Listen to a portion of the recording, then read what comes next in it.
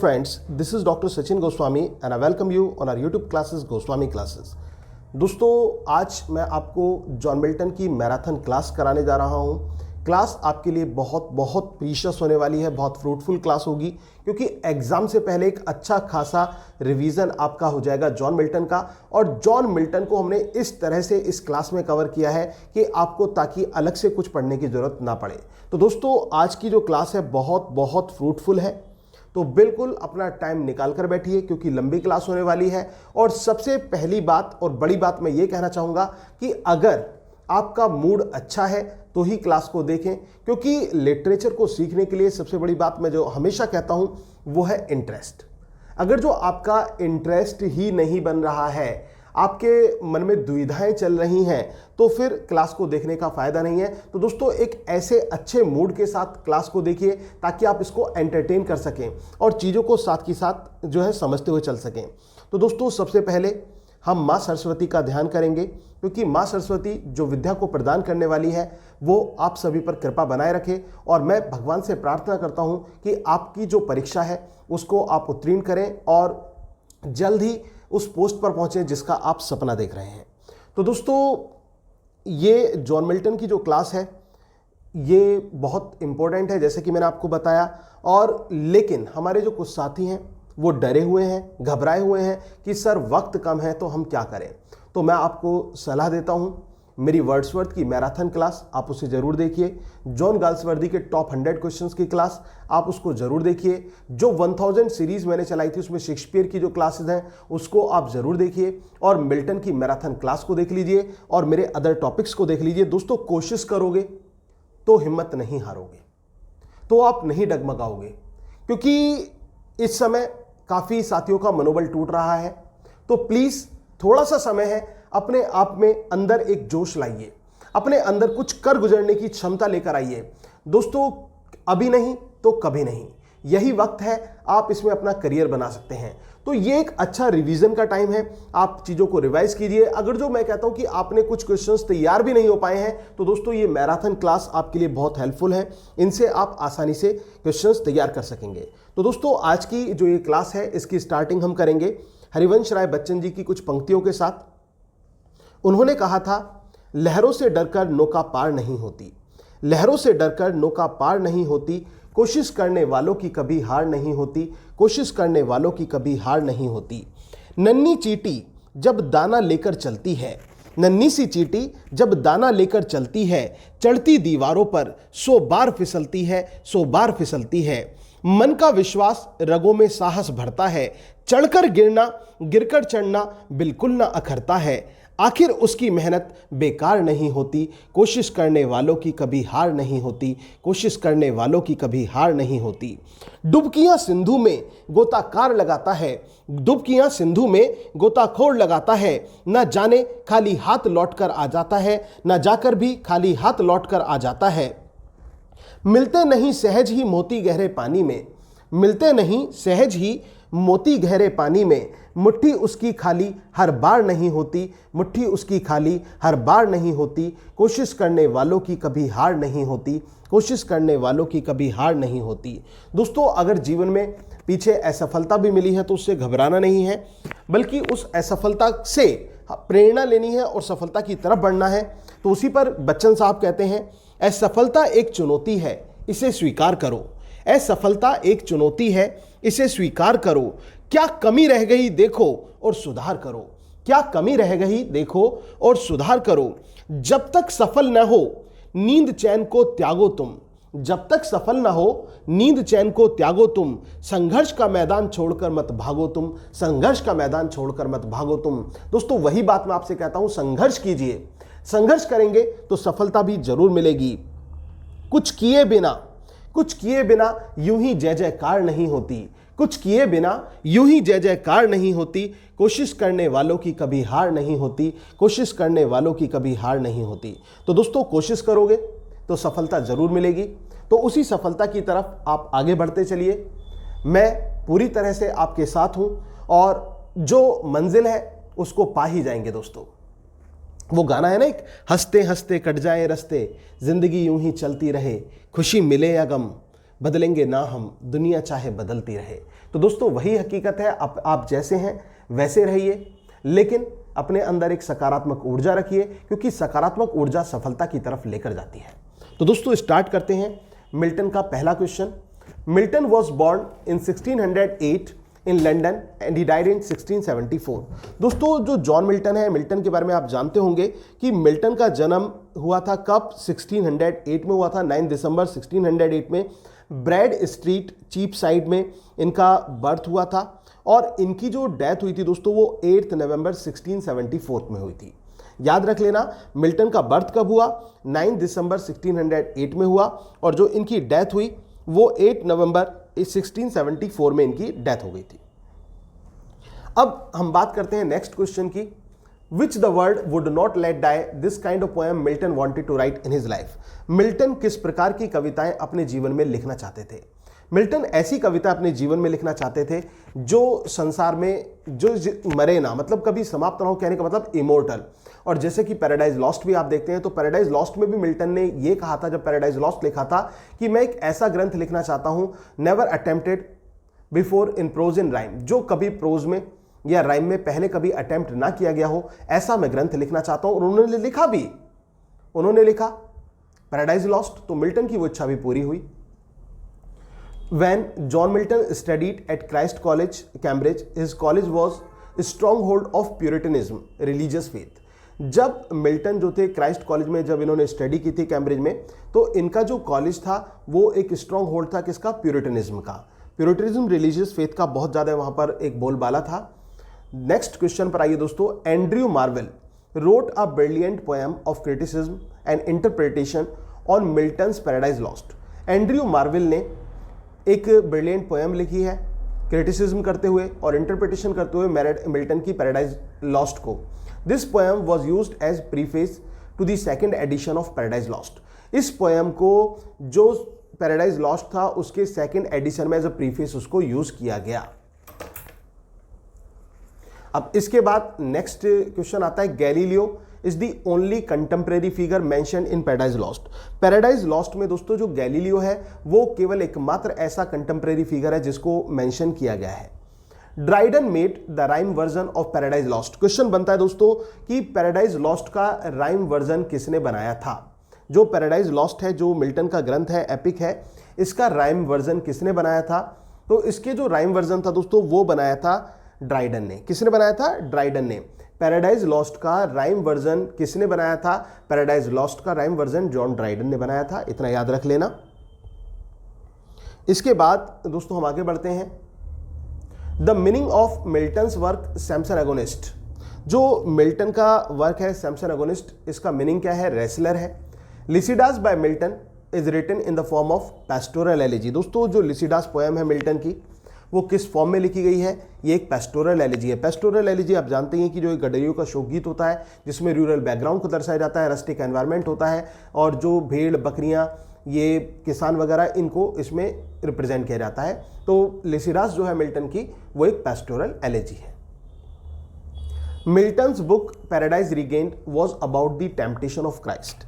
दोस्तों ये क्वेश्चन भी बनता है कि what is the theme of paradise regained. Paradise regained की थीम क्या है, तो आपका आंसर होगा टेम्पटेशन ऑफ क्राइस्ट। जो टेम्पटेशन ऑफ क्राइस्ट है वो पैराडाइज रिगेन्ड की थीम है। जबकि पैराडाइज लॉस्ट की आप जानते हैं कि फॉल ऑफ मैन है और justifies the ways of God to the man है, जो पैराडाइज लॉस्ट की थीम है। और पैराडाइज रिगेन की थीम की बात करें तो टेम्पटेशन ऑफ क्राइस्ट जो है वो पैराडाइज रिगेन की थीम आती है। इसके बाद दोस्तों free press is the meaning of एरियोपैगेटिका।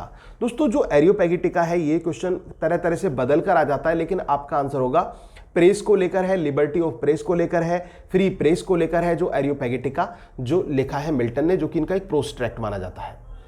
Michael is the most active angel in Paradise lost. Question पूछा जा सकता है दोस्तों कि सबसे ज्यादा एक्टिव जो एंजल है पैराडाइज लॉस्ट में वो कौन है, तो आपका आंसर क्या होगा, माइकल होगा।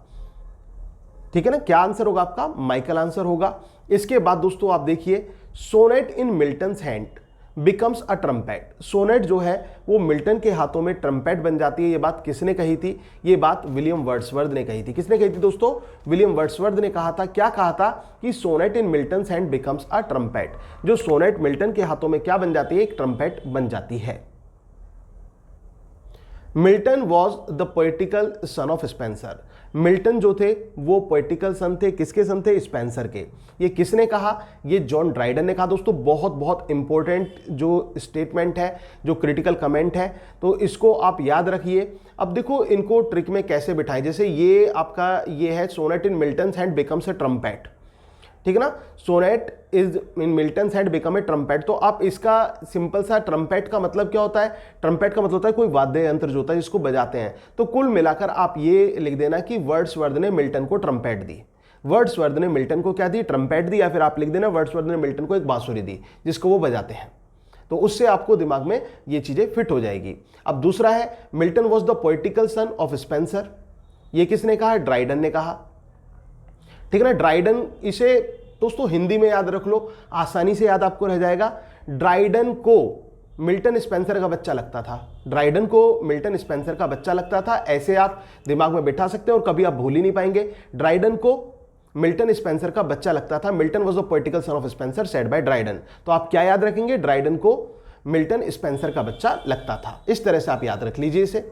The age of Milton had 3 kinds of poets. दोस्तों जो मिल्टन का एज है उसमें 3 तरह के पोइट्स हुए थे। इसको आप ये याद रख लिए, पीसीएम के नाम से याद रख लिए, फिजिक्स केमिस्ट्री और मैथमेटिक्स जो हम कहते हैं ना, फिजिक्स केमिस्ट्री और मैथमेटिक्स, पीसीएम जो होता है, ऐसे आप पीसीएम याद रख लीजिए। इसमें प्योरिटन, कैवेलियर और मेटाफिजिकल, इस तरह से आपको दिमाग में बैठाना है कि मिल्टन का जो एज था उसमें 3 तरह के पोइट्स थे। कौन कौन से थे? पीसीएम थे। कौन कौन से थे दोस्तों? पीसीएम थे, यानी कि प्योरिटन थे, कैवेलियर थे और मेटाफिजिकल पोइट्स थे। इनको आपको दिमाग में बिठा लेना है। Come to the next question. John Milton was the literary Titan of the 17th century. John Milton को लिटरेरी टाइटन के रूप में जाना जाता है। किसके? 17th सेंचुरी के लिटरेरी टाइटन के रूप में जॉन मिल्टन को जाना जाता है। दोस्तों ये 15 क्वेश्चन स्टार्टिंग के हैं। आई होप कि आपके समझ में आ गए होंगे जो ये स्टार्टिंग के मैंने आपको 15 क्वेश्चंस बताए, ठीक है ना। ये क्लियर है? एक बार मैं फिर से रिपीट कर देता हूं दोस्तों। मिल्टन जो थे उनका बर्थ कब हुआ था? 1608 में हुआ था, ब्रैड स्ट्रीट चीपसाइट लंदन में। 9 दिसंबर 1608 में इनका बर्थ हुआ था और 8 नवंबर 1674 में इनकी डेथ हो गई थी। और मिल्टन कैसी पोएम लिखना चाहते थे? मिल्टन ऐसे वर्क लिखना चाहते थे जो इमोर्टल रहे, जो अमर रहे। मिल्टन जो थे, मिल्टन ने जो स्टडी की थी क्राइस्ट कॉलेज कैम्ब्रिज में, ठीक है ना, उस समय वहां पर प्यूरिटनिज्म का बहुत ज्यादा बोलबाला था। एंड्रयू मार्वेल ने जो है ब्रिलियंट पोएम लिखी है क्रिटिसिज्म और interpretation of on Milton's Paradise lost पर, और इस पोएम को जो था एज ए प्रीफेस यूज किया गया था 2nd edition of Paradise Lost में। पैराडाइज लॉस्ट में गैलीलियो एकमात्र कंटेम्परेरी फिगर के रूप में हमें देखने को मिलता है। ड्राइडन ने पैराडाइज लॉस्ट की राइम वर्जन बनाई थी। याद रख लेना दोस्तों, ड्राइडन ने पैराडाइज लॉस्ट की राइम वर्जन बनाई थी। और मिल्टन का सैमसन एगोनिस्ट का मतलब रेसलर है। और लिसिडास जो मिल्टन की पोएम है ये पेस्टोरल एलेजी है। जो मिल्टन का जो एपिक है पैराडाइज रिगेन, इसकी थीम टेम्पटेशन ऑफ क्राइस्ट है। एरियोपैगिटिका फ्री प्रेस से रिलेटेड है। माइकल जो है वो पैराडाइज लॉस्ट में एक एक्टिव एंजल के रूप में हमें देखने को मिलता है। सोनेट मिल्टन के हाथों में ट्रम्पेट बन गई, या फिर आप याद रख लीजिए कि वर्ड्सवर्थ ने मिल्टन को ट्रम्पेट दिया। क्या दिया? वर्ड्सवर्थ ने मिल्टन को ट्रम्पेट दिया। और ड्राइडन के लिए मिल्टन स्पेंसर का बच्चा था। इस तरह से दिमाग में बैठा लीजिए कि Milton was the poetical son of Spenser said by Dryden. तो ड्राइडन के लिए मिल्टन स्पेंसर का बच्चा था। और मिल्टन के जो एज था उसको 3 भागों में बांटा गया। पीसीएम से याद रख लीजिए, फिजिक्स केमिस्ट्री मैथमेटिक्स से, प्योरिटन, कैवेलियर और मेटाफिजिकल। इस तरह से ट्रिक में आप इनको दिमाग में बिठा सकते हैं। इसके बाद 15 क्वेश्चन जो मैंने अभी आपको पढ़ाया, मिल्टन को लिटरेरी टाइटन का दर्जा दिया जाता है 17th सेंचुरी का। आई होप कि दोस्तों इतना क्लियर हो गया होगा।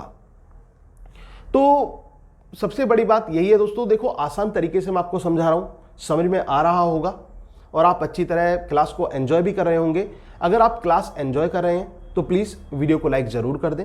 और इसके साथ साथ एक छोटी सी रिक्वेस्ट मैं आपसे करूंगा कि जैसे आपने वर्ड्सवर्थ की क्लास को सभी लोगों तक पहुंचाया, ऐसे ही मिल्टन की क्लास जो है ये इसको भी फैला दीजिए। जितने भी आपके स्टडी ग्रुप्स हैं, चाहे वो व्हाट्सएप पर हैं, चाहे वो टेलीग्राम पर हैं, चाहे आप फेसबुक पर हैं, इसको आप ज़्यादा से ज़्यादा शेयर कीजिए ताकि सभी लोग कम समय में अच्छा फ़ायदा उठा सकें। और दोस्तों एक बात और मैं आपसे कहना चाहूँगा कि वो आपने देखा होगा जो क्लास में बच्चे होते हैं ना, जब बच्चे क्लास में पढ़ते हैं तो वो क्या करते हैं, कुछ चीज़ बताते नहीं है दूसरे वाले को, कि कुछ मतलब अपनी जो नॉलेज है वो बताना नहीं चाहते, शेयर नहीं करना चाहते। लेकिन आप बचकाना स्वभाव मत कीजिए और ना ही करना चाहिए, क्योंकि जो विद्या है विद्या को आप स्प्रेड कीजिए, कोई आपकी नौकरी नहीं छीनने वाला। आप जितना अच्छा कर पाएंगे, आप जितना बेस्ट कर पाएंगे तो आप नौकरी जरूर ले लेंगे, जॉब ले लेंगे। अगर जो जॉब से डरेंगे कि मैंने अगर जो इसे बता दिया, उसे बता दिया, ये पता चल गया, वो पता चल गया, तो शायद आप जॉब क्या, आप सफल भी ना हो पाए लाइफ में। तो दोस्तों, जीवन में सफल होने के लिए जो शिक्षा होती है उसको दूसरों में बांटना, फैलाना बहुत जरूरी होता है। अगर जो हम पे कुछ आता है तो उसको दूसरे तक पहुंचाने में हिचक नहीं करनी चाहिए। और वैसे भी भगवान ने हमें कर्म करने के लिए भेजा है। जिन जॉन मिल्टन को आप पढ़ रहे हैं दोस्तों, उन्हीं जॉन मिल्टन का आप एक उदाहरण ले लीजिए। जॉन मिल्टन अंधे हो गए थे और अंधे होने के बाद इन्होंने ऑन हिज ब्लाइंडनेस भी लिखी, जिसमें उन्होंने कहा, when I consider how my light is spent in half my days, the world became dark far and bite, and the talent lost with me useless, thou my sound more went to serve there with my maker and present my true account, least he returning child. दोस्तों, वो ये कहते हैं कि भगवान ने मुझे अंधा बना दिया। जब मैं सोचता हूं कि मेरी आंखों की रोशनी कैसे चली गई और मेरे आधे समय में ही, जिंदगी के आधे समय में ये संसार पूरा अंधकार से भर गया, तो बड़ा दुखी होता हूं। और वो उनको लगता है कि मैं भगवान की सेवा कैसे कर पाऊंगा। अब जब मैं अपने जीवन का सच्चा बही खाता भगवान के सामने पेश करूंगा तो कहीं वो मुझे भला बुरा ना कहे कि मैंने तो तुझे भाई काम करने के लिए भेजा था, कविताएं लिखने के लिए भेजा था, लेकिन तुम तो नहीं लिखी, तो कहीं वो ऐसा ना कहे। तो मिल्टन को इस बात का डर लगता है, बहुत घबराते हैं, सोचते हैं बहुत ज्यादा है, लेकिन उनको याद आता है, they also serve who only stand and wait, वो भी तो सेवा करते हैं जो केवल खड़े रहते हैं और प्रतीक्षा करते हैं। तो कहने का मतलब कर्म में कमी नहीं करनी है, कर्म करना है। तो मिल्टन ने कर्म किया, अपने अंधे होने के बाद में भी पैराडाइज लॉस्ट जैसा एक महान ग्रंथ लिख डाला। तो दोस्तों, ये कर्म ही तो होता है। और वैसे भी आपने सुना होगा जयशंकर प्रसाद जी को, जयशंकर प्रसाद जी ने भी ये कहा है कि जो इंसान अपने कर्मों को ईश्वर के कर्म मानकर करता है ना, अगर जो भी काम कर रहे हैं हम ये सोचो कि हम ईश्वर ने हमसे कहा या फिर हम ईश्वर के काम को कर रहे हैं, कि ईश्वर के काम को कर रहे हैं, तो वही व्यक्ति तो ईश्वर का अवतार है। क्या होता है ईश्वर? खुद में ढूंढिए ईश्वर को। ईश्वर यानी कि गुडनेस, एक अच्छाई तो है ईश्वर हमारे अंदर। और अच्छाई क्या है? अच्छाई आती है कर्म से। गीता में भी कहा गया है, कर्म को प्रधानता दी गई है। तो दोस्तों, वही बात मैं आपसे कहता हूं कि कर्म को प्रधानता दीजिए, कर्म करते रहिए। कर्म करेंगे तो फल भी मिलेगा। अच्छे कर्म करोगे, अच्छा फल मिलेगा। बुरे करोगे, बुरा मिलेगा। वो आपके ऊपर डिपेंड करता है कि आप कौन से जो राह है उसे चुनते हैं। जैसे कि क्रिस्टोफर मार्लो का डॉक्टर फॉस्टस आप देखिए, डॉक्टर फॉस्टस के सामने दो आत्माएं आती हैं, अच्छी और बुरी। डॉक्टर फॉस्टस बुरी का जो है साथ देते हैं, बुरी को फॉलो करते हैं, और उनके साथ बुरा ही होता है ना। तो दोस्तों, वही है, अच्छा फॉलो करोगे अच्छा होगा, बुरा फॉलो करोगे बुरा होगा। आई होप कि इतना क्लियर हो गया होगा। आगे बढ़े। Virgil and Homer does Milton emulate. दोस्तों, मिल्टन जो है वो वर्जिल और होमर के आइडियाज लेकर चलते हैं। आगे बढ़ते हैं। Paradise Regained by Milton was published in 1771। Paradise Regained जो है मिल्टन के द्वारा वो 1771 में पब्लिश हुई। The state of innocence, John Dryden's works about the fall of man based on Paradise Lost. दोस्तों, ये क्वेश्चन ये भी बनता है पहला तो कि द स्टेट ऑफ इनोसेंस किसका वर्क है। द स्टेट ऑफ इनोसेंस किसका वर्क है? तो आपका आंसर होगा जॉन ड्राइडन का वर्क है। किसका वर्क है दोस्तों? जॉन ड्राइडन का वर्क है। और ये स्टेट ऑफ इनोसेंस किस विषय के बारे में है, किस बात को लेकर है? तो आपका आंसर होगा बेस्ड ऑन पैराडाइज लॉस्ट। ये फॉल ऑफ मैन के बारे में है, फॉल ऑफ मैन को लेकर है। और किस पर आधारित है? ये पैराडाइज लॉस्ट पर आधारित है। पैराडाइज लॉस्ट जो कि एक एपिक है, एक ग्रंथ है। किसके द्वारा लिखा गया? जॉन मिल्टन के द्वारा लिखा गया जो ग्रंथ है उस पर आधारित है। ठीक है ना, उस पर ही आधारित है। इसके बाद हम आगे बढ़ते हैं। Milton died at the age of 65। ये मैं आपको बता ही चुका हूं। मिल्टन की डेथ जो थी वो 8 नवंबर 1674 में एट द एज ऑफ 65 उनकी डेथ हो गई थी। अब इसके बाद नेक्स्ट क्वेश्चन आता है। A.N. Wilson wrote the life of John Milton. दोस्तों, यहां पर ये जो the life of John Milton है, अब आपके मन में एक डाउट आ सकता है, सर हमने तो इसका बारबारा पढ़ा है कि बारबारा ने इसको लिखा है। तो मैं आपको बता दूं, the life of John Milton ये क्रिटिकल वर्क्स हैं। दोनों राइटर ने सेम नाम से लिखा है, चाहे वो A.N. विल्सन हो चाहे वो बारबारा हो, दोनों ने अलग अलग वर्क लिखे हैं। दोनों ही क्रिटिकल वर्क हैं मिल्टन की लाइफ को लेकर। The life of John Milton, तो ये क्वेश्चन अगर जो कोई इनमें से एक आता है तो आप आसानी से चुन लेंगे। दोनों आ गए तो फिर डाउटफुल की सिचुएशन आ जाती है, बहुत ऑप्शन आता है तो ठीक है, नहीं तो डाउटफुल सिचुएशन आ जाती है तो उसमें आप प्रायोरिटी एएन विल्सन को देंगे। याद रख लेना, प्रायोरिटी आप एएन विल्सन को देना। The life of John Milton. इसके बाद Milton's father was a musician and composer. Milton के फादर क्या थे? मिल्टन के फादर म्यूजिशियन थे और कंपोजर थे। Milton wrote 18 sonnets, English sonnets and 6 Latin sonnets. याद रख लेना, 18 English sonnets, 6 Latin sonnets. Milton was 34 years old at the time of marriage and his wife was 17। Milton जो थे 34 ईयर्स ओल्ड थे at the time of marriage और इनकी wife जो थी वो 17 ईयर्स ओल्ड थी। इन 1638 and 1639 Milton traveled abroad and he spent most of the time in Italy। 1638 और 1639 में मिल्टन जो थे वो विदेश यात्रा पर गए और इन्होंने अपना जो अधिकतर समय था वो इटली में स्पेंड किया था। Is that clear? Milton was superbly egoistic in his poetry. Milton को अपनी पोएट्री में इगोइस्टिक रूप में देखने को मिलता है। Milton champion the absolute freedom of the individual. Milton जो थे एक चैंपियन थे किसके? एब्सोल्यूट फ्रीडम ऑफ इंडिविजुअल के। Milton's early poetry is lyrical. दोस्तों क्वेश्चन आ जाता है मिल्टन की जो अर्ली पोएट्री है वो कैसी है, तो आपका आंसर होगा लिरिकल। कैसी पोएट्री है मिल्टन की अर्ली पोएट्री? लिरिकल पोएट्री है। By faith Milton was Protestant. By faith Milton क्या थे? एक प्रोटेस्टेंटिस्ट थे, ठीक है ना, याद रख लेना, प्रोटेस्टेंट थे। Paradise Lost was published in 1667। It was completed in 1665। 1665 में पैराडाइज लॉस्ट कंप्लीट हुई थी और 1667 में ये पब्लिश की गई थी। When Milton became blind his daughters kept writing for Milton. जब मिल्टन अंधे हो गए थे तो इनकी जो बेटियां थी उन्होंने इनके लिए लिखना चालू रखा था। Tennyson calls Milton God gifted organ voice of England. Tennyson ने मिल्टन को क्या नाम दिया है? टेनिसन ने मिल्टन को God gifted organ voice of England कहा है। दोस्तों इसको आसान से आप तरीके से याद रखिए। क्रिटिकल कमेंट जब जब आती रहेंगी मैं आपको ट्रिक बताता रहूँगा, आप उस ट्रिक को हिंदी में नोट कर लीजिए ताकि आपके एग्जाम में बिल्कुल कोई परेशानी ना हो, दिमाग में बिल्कुल बैठ जाए। तो इसको आप कैसे याद रखेंगे? ट्रिकी मेथड से। स्टेटमेंट है Tennyson calls Milton God gifted organ voice of England, तो सिंपल सा वही लिखना आपको। टेनिसन को मिल्टन गॉड गिफ्टेड लगते थे। टेनिसन को मिल्टन कैसे लगते थे? गॉड गिफ्टेड लगते थे। टेनिसन को मिल्टन गॉड गिफ्टेड लगते थे। इस तरह से दिमाग में बिठा लीजिए। इसके बाद दोस्तों the titles of L Allegro and Il Penseroso are taken from musicology. दोस्तों बहुत बहुत इंपॉर्टेंट क्वेश्चन है। जो टाइटल है एल एलिग्रो का और एल पेंसोरोसो का, ये कहाँ से लिए गए हैं? ये म्यूजिकोलॉजी से लिए गए हैं। कहाँ से लिए गए दोस्तों? इसको म्यूजिकोलॉजी से लिया गया है। और ये जो दो पोएम हैं इनको कंपेनियन पोएम्स के नाम से भी जाना जाता है। क्वेश्चन आ जाता है एग्जाम में कि मिल्टन की कंपेनियन पोएम्स के नाम से किसको जाना जाता है, तो आपका आंसर होगा एल एलिग्रो और एल पेंसोरोसो। ये कंपेनियन पोएम्स है मिल्टन की, तो इनको कंपेनियन पोएम्स के नाम से भी जाना जाता है, एल एलिग्रो को और एल पेंसोरोसो को। और इनके जो टाइटल हैं वो म्यूजिकोलॉजी से लिए गए हैं। कहाँ से लिए गए दोस्तों? म्यूजिकोलॉजी से लिए गए हैं और ये ट्विन कंपेनियन पोएम्स मानी जाती हैं मिल्टन की। Milton was of the devil's party without knowing it. Milton जो थे वो डेविल पार्टी की तरफ थे, बिना इस चीज़ को जाने मिल्टन डेविल की पार्टी की तरफ थे। ये बात किसने कही? ये बात विलियम ब्लेक ने कही, ठीक है ना। अब इसको कैसे याद रखें? सिंपल सी बात है, आपको ये याद रखना है कि मिल्टन विलियम ब्लेक के साथ डेविल पार्टी में गए थे। मिल्टन ब्लेक के साथ डेविल पार्टी में गए थे, इतना याद रख लेना, दिमाग में बैठ जाएगा।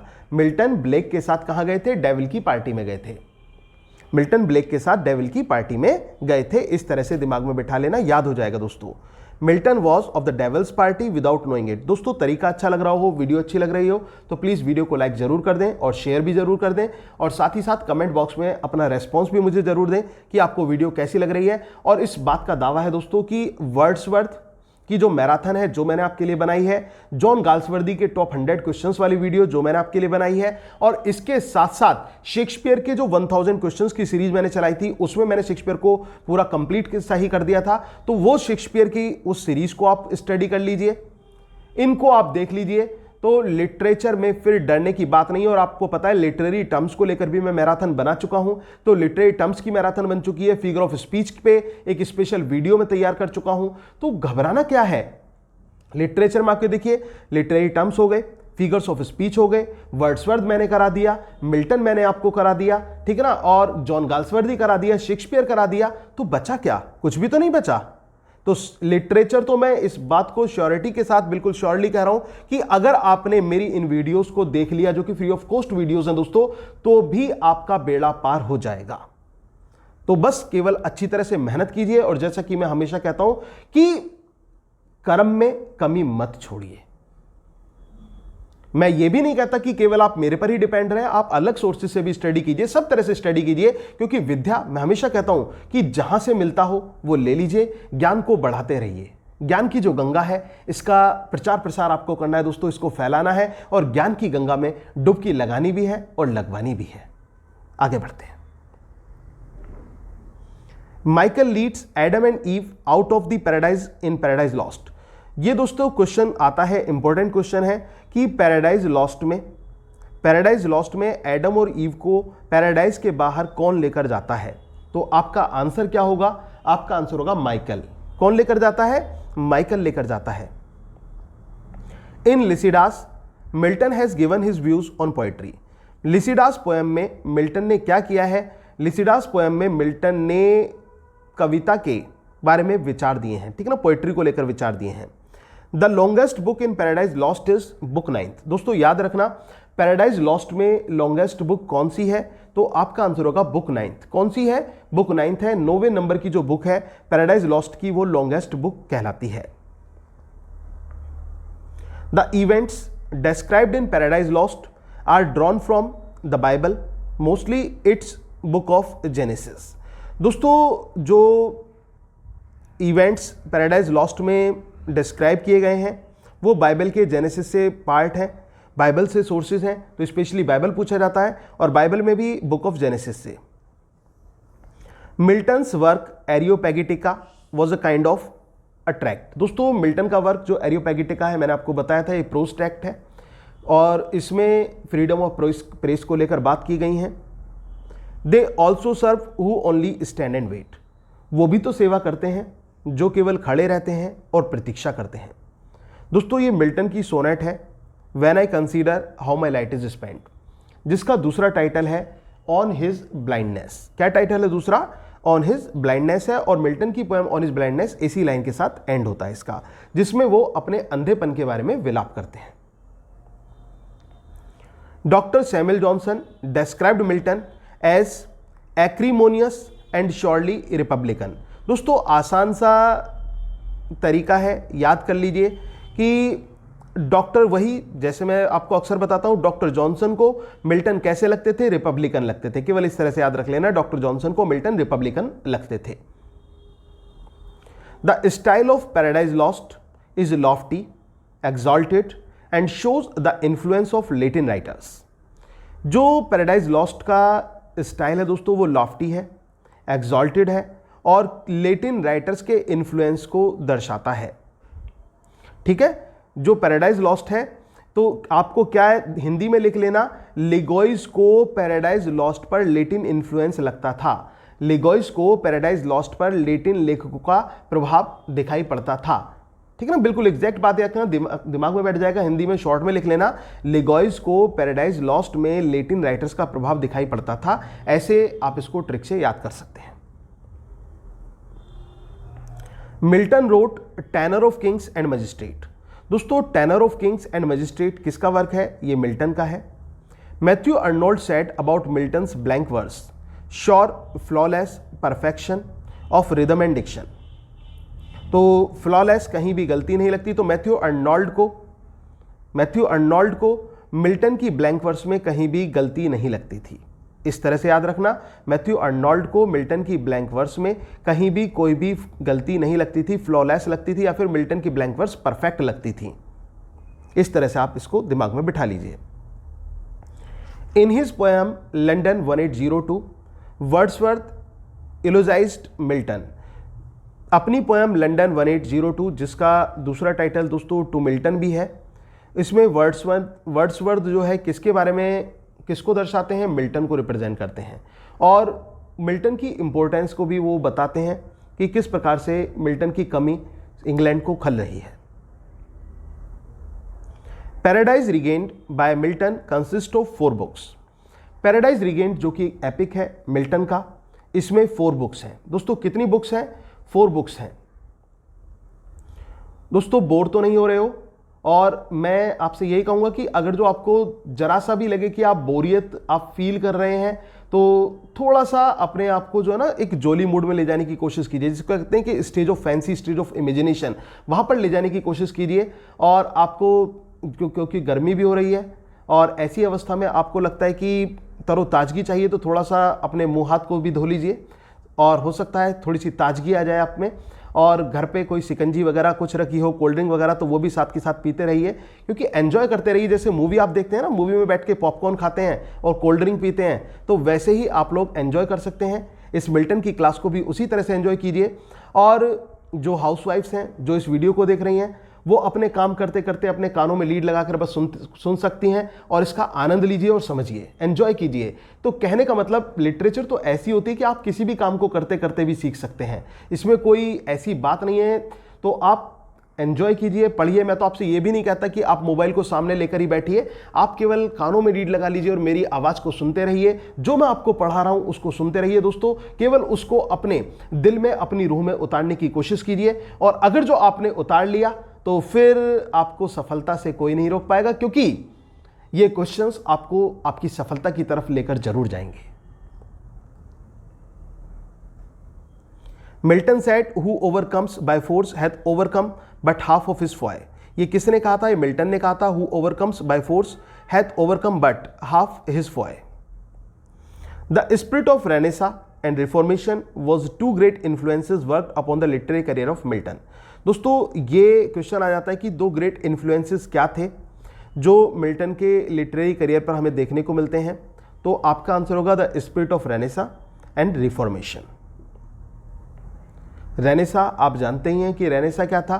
Renaissance rebirth, revival and reawakening था एंशिएंट ग्रीक क्लासिकल कल्चर का यूरोप में जो हुई थी। और रेनेसा को लाने के जो दो मुख्य कारण रहे थे दोस्तों, एक तो ब्लैक डेथ था, एक फॉल ऑफ कॉन्स्टेंटिनोपल था। ये मैं पूरी रेनेसा पर वीडियो बना चुका हूँ, आप जो है मेरी वीडियो पे जाकर देख सकते हैं। और एक बात और मैं कहना चाहूँगा दोस्तों, डिस्क्रिप्शन बॉक्स में आज मैं आपको प्लेलिस्ट का लिंक भी देने जा रहा हूँ। यूपी टीजीटी इंग्लिश की जो प्लेलिस्ट है, जो फ्री ऑफ कॉस्ट वीडियोस हैं, उनका लिंक भी मैं डिस्क्रिप्शन बॉक्स में शेयर करूँगा। बहुत सारी वीडियोज़ हैं दोस्तों, आप उनको भी देखिए, आप एंजॉय भी करेंगे और साथ ही साथ नॉलेज भी आपकी इंक्रीज होगी और एग्जाम में भी बेनिफिशियल होगा। तो पूरी जो सीरीज़ है उसमें आपको मिल्टन की जो पोएम्स मैंने पढ़ाई हैं, मोस्ट ऑफ द पोएम्स, क्योंकि यहाँ पर आज मैं पोएम्स नहीं पढ़ाऊंगा, लेकिन हाँ कुछ लाइंस तो मैं बताऊंगा। बट पोएम्स के लिए मैं पोएम्स इसी वजह से नहीं दोबारा पढ़ा रहा हूँ क्योंकि ऑलरेडी मैं अपने चैनल पर पोएम्स समझा चुका हूँ, ठीक है। चाहे वो इनकी एल पेंसोरोस हो, चाहे वो एलिग्रो हो, ठीक है ना, या फिर आपका ऑन हिज ब्लाइंडनेस हो या अदर्स हो, तो वो काफ़ी पोएम्स हैं मिल्टन की, जो इंपॉर्टेंट पोएम्स हैं वो सभी मैं पढ़ा चुका हूँ। तो उन सभी को भी आप जो नीचे डिस्क्रिप्शन बॉक्स में लिंक दिया हुआ है उसमें जाकर आप देख सकते हैं, ठीक है ना, और अच्छी स्टडी अपनी कर सकते हैं। तो इन 1652 Milton was completely blind. John Milton received his masters degree from Cambridge university. John Milton को अपनी मास्टर डिग्री कहाँ से मिली थी? कैम्ब्रिज यूनिवर्सिटी से मिली थी। The subject matter of Milton's sonnet when I consider how my light is spent is Milton's blindness. जो सब्जेक्ट मैटर है मिल्टन की sonnet when I consider how my light is spent, इसका subject matter क्या है? आपका answer होगा Milton's blindness. क्या answer होगा दोस्तों? मिल्टन की ब्लाइंडनेस, यानी कि मिल्टन का जो अंधापन है वही इसका सब्जेक्ट है। Milton's Paradise Lost caused of his stature as a poet to be recognised. दोस्तों मिल्टन की जो पैराडाइज लॉस्ट है, पैराडाइज लॉस्ट से मिल्टन को एक बहुत बड़ी पहचान मिली थी एक पोइट के रूप में। याद रख लेना, पैराडाइज लॉस्ट से मिल्टन को बहुत बड़ी पॉपुलैरिटी मिली थी एक पोइट के रूप में। मिल्टन्स पैराडाइज लॉस्ट कॉज्ड, ये रिपीट हो गया है, Milton's 151, this one is also 151, okay, repetition. Paradise lost comprises 12 books. Paradise Lost में कितनी बुक्स हैं दोस्तों? 12 बुक्स हैं। ओरिजिनली इसमें 10 बुक्स थी, 2 बुक्स इसमें लेटर इंक्लूड की गई, तो 12 बुक्स हो गई total number of Paradise Lost. John Milton wrote Catherine Woodcock's memory, methought I saw my late espoused saint. John Milton ने कैथरीन वुडकॉक की मेमोरी में ये पोएम लिखी थी, methought I saw my late espoused saint. The relationship between Satan and death in Paradise Lost is that the death is, दोस्तों इसका grammatical correct कर लेना, थोड़ी गलती हो गई है। The relationship between Satan and death, फिर उसके बाद डैश लगेगा। ये पैराडाइज लॉस्ट में सैटर्न और डेथ के बीच में जो रिलेशन है वो क्या है, डेथ जो है वो सैटर्न का सन है। डेथ कौन है, डेथ सैटर्न का सन है। John Lyly became instantly famous with the publication of Euphues और एनाटॉमी ऑफ विट। जो जॉन लिली थे, जॉन लिली जो फेमस हुए दोस्तों किसके साथ, यूफिस और एनाटॉमी ऑफ विट के साथ फेमस हुए। दोस्तों मैं कुछ कंटेम्प्रेरी क्वेश्चंस भी एक दो साथ में लेकर चल रहा हूं जो एग्जाम में पूछे जा सकते हैं। In book 6 of Paradise Lost, Saturn invents gun powder that he thinks will help win his war against God. दोस्तों जो बुक 6 है पैराडाइज लॉस्ट की, उसमें सैटर्न गन पाउडर के बारे में इन्वेंट करते हैं और जो उनको लगता है कि ये भगवान के खिलाफ जीतने में उसकी मददगार होगा। दोस्तों अब ये गन पाउडर प्लॉट क्या है, गन पाउडर प्लॉट को लेकर मैं ऑलरेडी वीडियो बना चुका हूं, अगर आपने देखी हो, अगर ना देखी हो तो दोस्तों मैं जरूर कहूंगा। और मैं यहां पर इस वीडियो में आपका सस्पेंस नहीं तोड़ना चाहता हूं उस गन पाउडर प्लॉट के बारे में बताकर, तो आप गन पाउडर प्लॉट की एक स्पेशल वीडियो जो मैंने बनाई है उसको जरूर देखें, तो आपको पता चलेगा कि क्या सिग्निफिकेंस, क्या रोल रहता है गन पाउडर प्लॉट का और क्या है ये gunpowder plot. Edmund Spenser wrote the Faerie Queene.